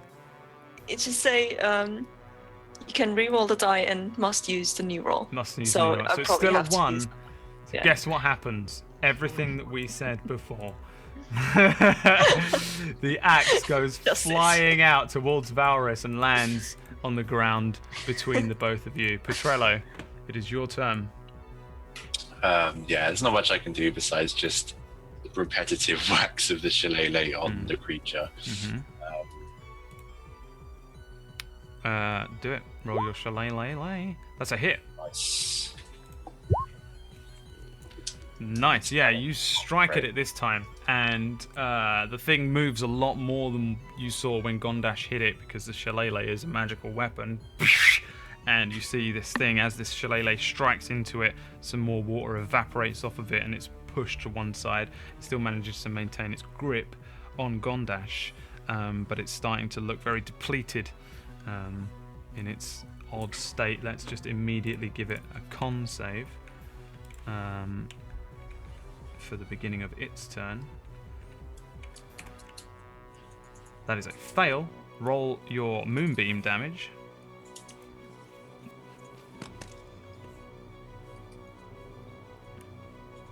$16. Nice. So you smack at this thing with a shillelagh, and then it's holding it on to the face of Gondash, who's starting to struggle to breathe as this thing's been holding his face for this whole time.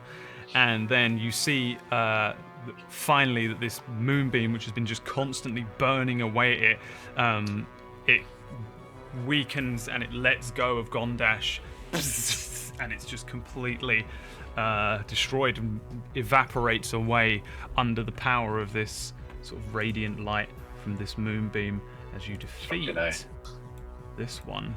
Back up at the top here. You was about to get dragged under the water, by the way. You saved your ways. This method takes a little strike at what do you got? Maokai. Miss. Swings its little claw at your face. Misses you. Valrys. Okay, I'm gonna move forwards towards the axe. For my bonus action, can I kick it over back to Malky? I'll let you because you've got fast hands. That's what I thought. And Maokai, you basically have the axe at your feet. It kicks up a little bit of dust towards you, but it rolls and spins and lands at your feet. And then for my action, I'm gonna shoot it again. Nice. Hold Do on. it. And I haven't counted my arrows. I just realized. Yeah, I don't know. I have enough though. Yeah, you got plenty. It's fine. Yeah. That hits. That hits. Yeah, roll your damage plus the other damage. Yeah. I think it doesn't really matter actually. You fire an arrow, and just as this thing's barely grown its head back and swiped at Malky, you see its head explode again into a dust, and its body actually collapses in on itself into dust on the ground as you destroy the second dust method, and you reduce. And you both successfully win each of your separate fights. Congratulations. Nice. Yeah, could have gone very badly, but you got. You're pretty strong. It's all right. You're like level 3's one level higher than it says. It makes this dungeon tough. Don't worry. It's the opening episode to the random one-shots. As the group settle back, Gondash and Petrello cautiously maybe move towards the pool to look in, check the thing is dead. It's been completely destroyed, and look down once again at the bottom. They see this figure, this body at the bottom of the pool of water. Malkai picks up her axe and checks around her for the dust, with Valrys moving in cautiously to check that no more dust methods are going to appear out of the dust. We end today's session, and I'm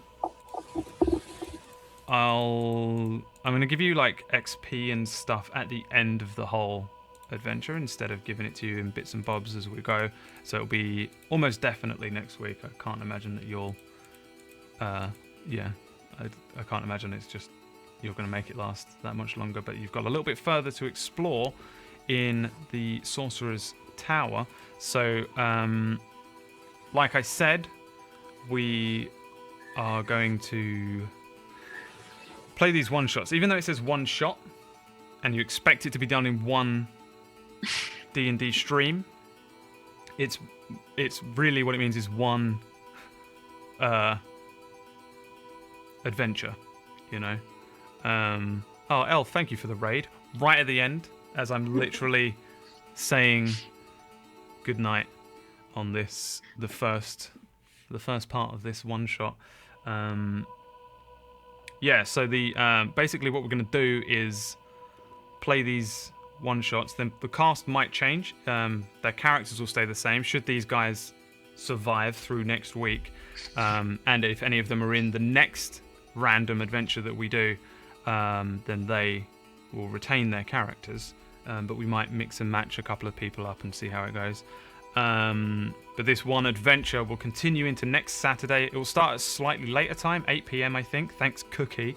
And we'll see this through to the final, the end of this adventure. So for now, the crew have moved into the Sorcerer's Tower, searching for the body of a wizard to return to her old adventuring partner. They've successfully maneuvered an ogre, some spiders, a gruesome room of eyes, 2 dust mephits, and a lesser water weird. And next week we'll see what they do with the rest of this place. I don't know. It went all right. I'm proud of you guys. I thought you were going to die when you split up. Thank you. Yeah, you can catch us next Saturday, roughly around 8 p.m. UK time, and we'll continue it. Thanks for joining us here on episode 1 of Brad's One Shots. Oh, it's Brad's One Shots. Gonna run these random things. I've enjoyed this module. This has been like kind of more fun with a few more puzzles and things. Feels more old school. I like it. It is way more old school. Like, investigate a room. What is in here? What is this clue about? What is this doing? And yeah, like I've enjoyed it because normally I make up everything myself, like completely homebrew. And although I've like tweaked and added some things in this, mostly it's all coming from a previously written story. And it's it's fun. A good old bit of orthodox D&D to counter my awful go in, fight something quite hard, then fight something really hard, end. You've had a lot like more lesser combat encounters, and then a couple of other encounters like that tablet that you had to work out, and Nora just went on a website. I wrote it down. I believe you. I'm kidding. Down. She's the only one that would write it down, so I believe. I know. Yeah. I 100% believe that you wrote it down. Also, I don't think my internet could handle me opening another website. So yeah, thanks for joining us. I'll be back on Thursday for Fractured Worlds on John Sandman's channel, and we'll be back as a collective group next Saturday to complete Wizard in a Bottle. I'm off now to go and see my buddy Brotato in chat, and we're gonna, if anybody is subscribed to Brotato, you can go and listen on his Curse channel to the one shot that I'm about to play in. And I'm not tired. I'm going to be so good, Brotato. I'm going to be so good. Yeah, thank you everyone for watching, and thank you, cast. Anybody want to say anything before I close the stream? I had fun. See you next week. Thanks for watching. What's up, said? All right, perfect. See you all next week.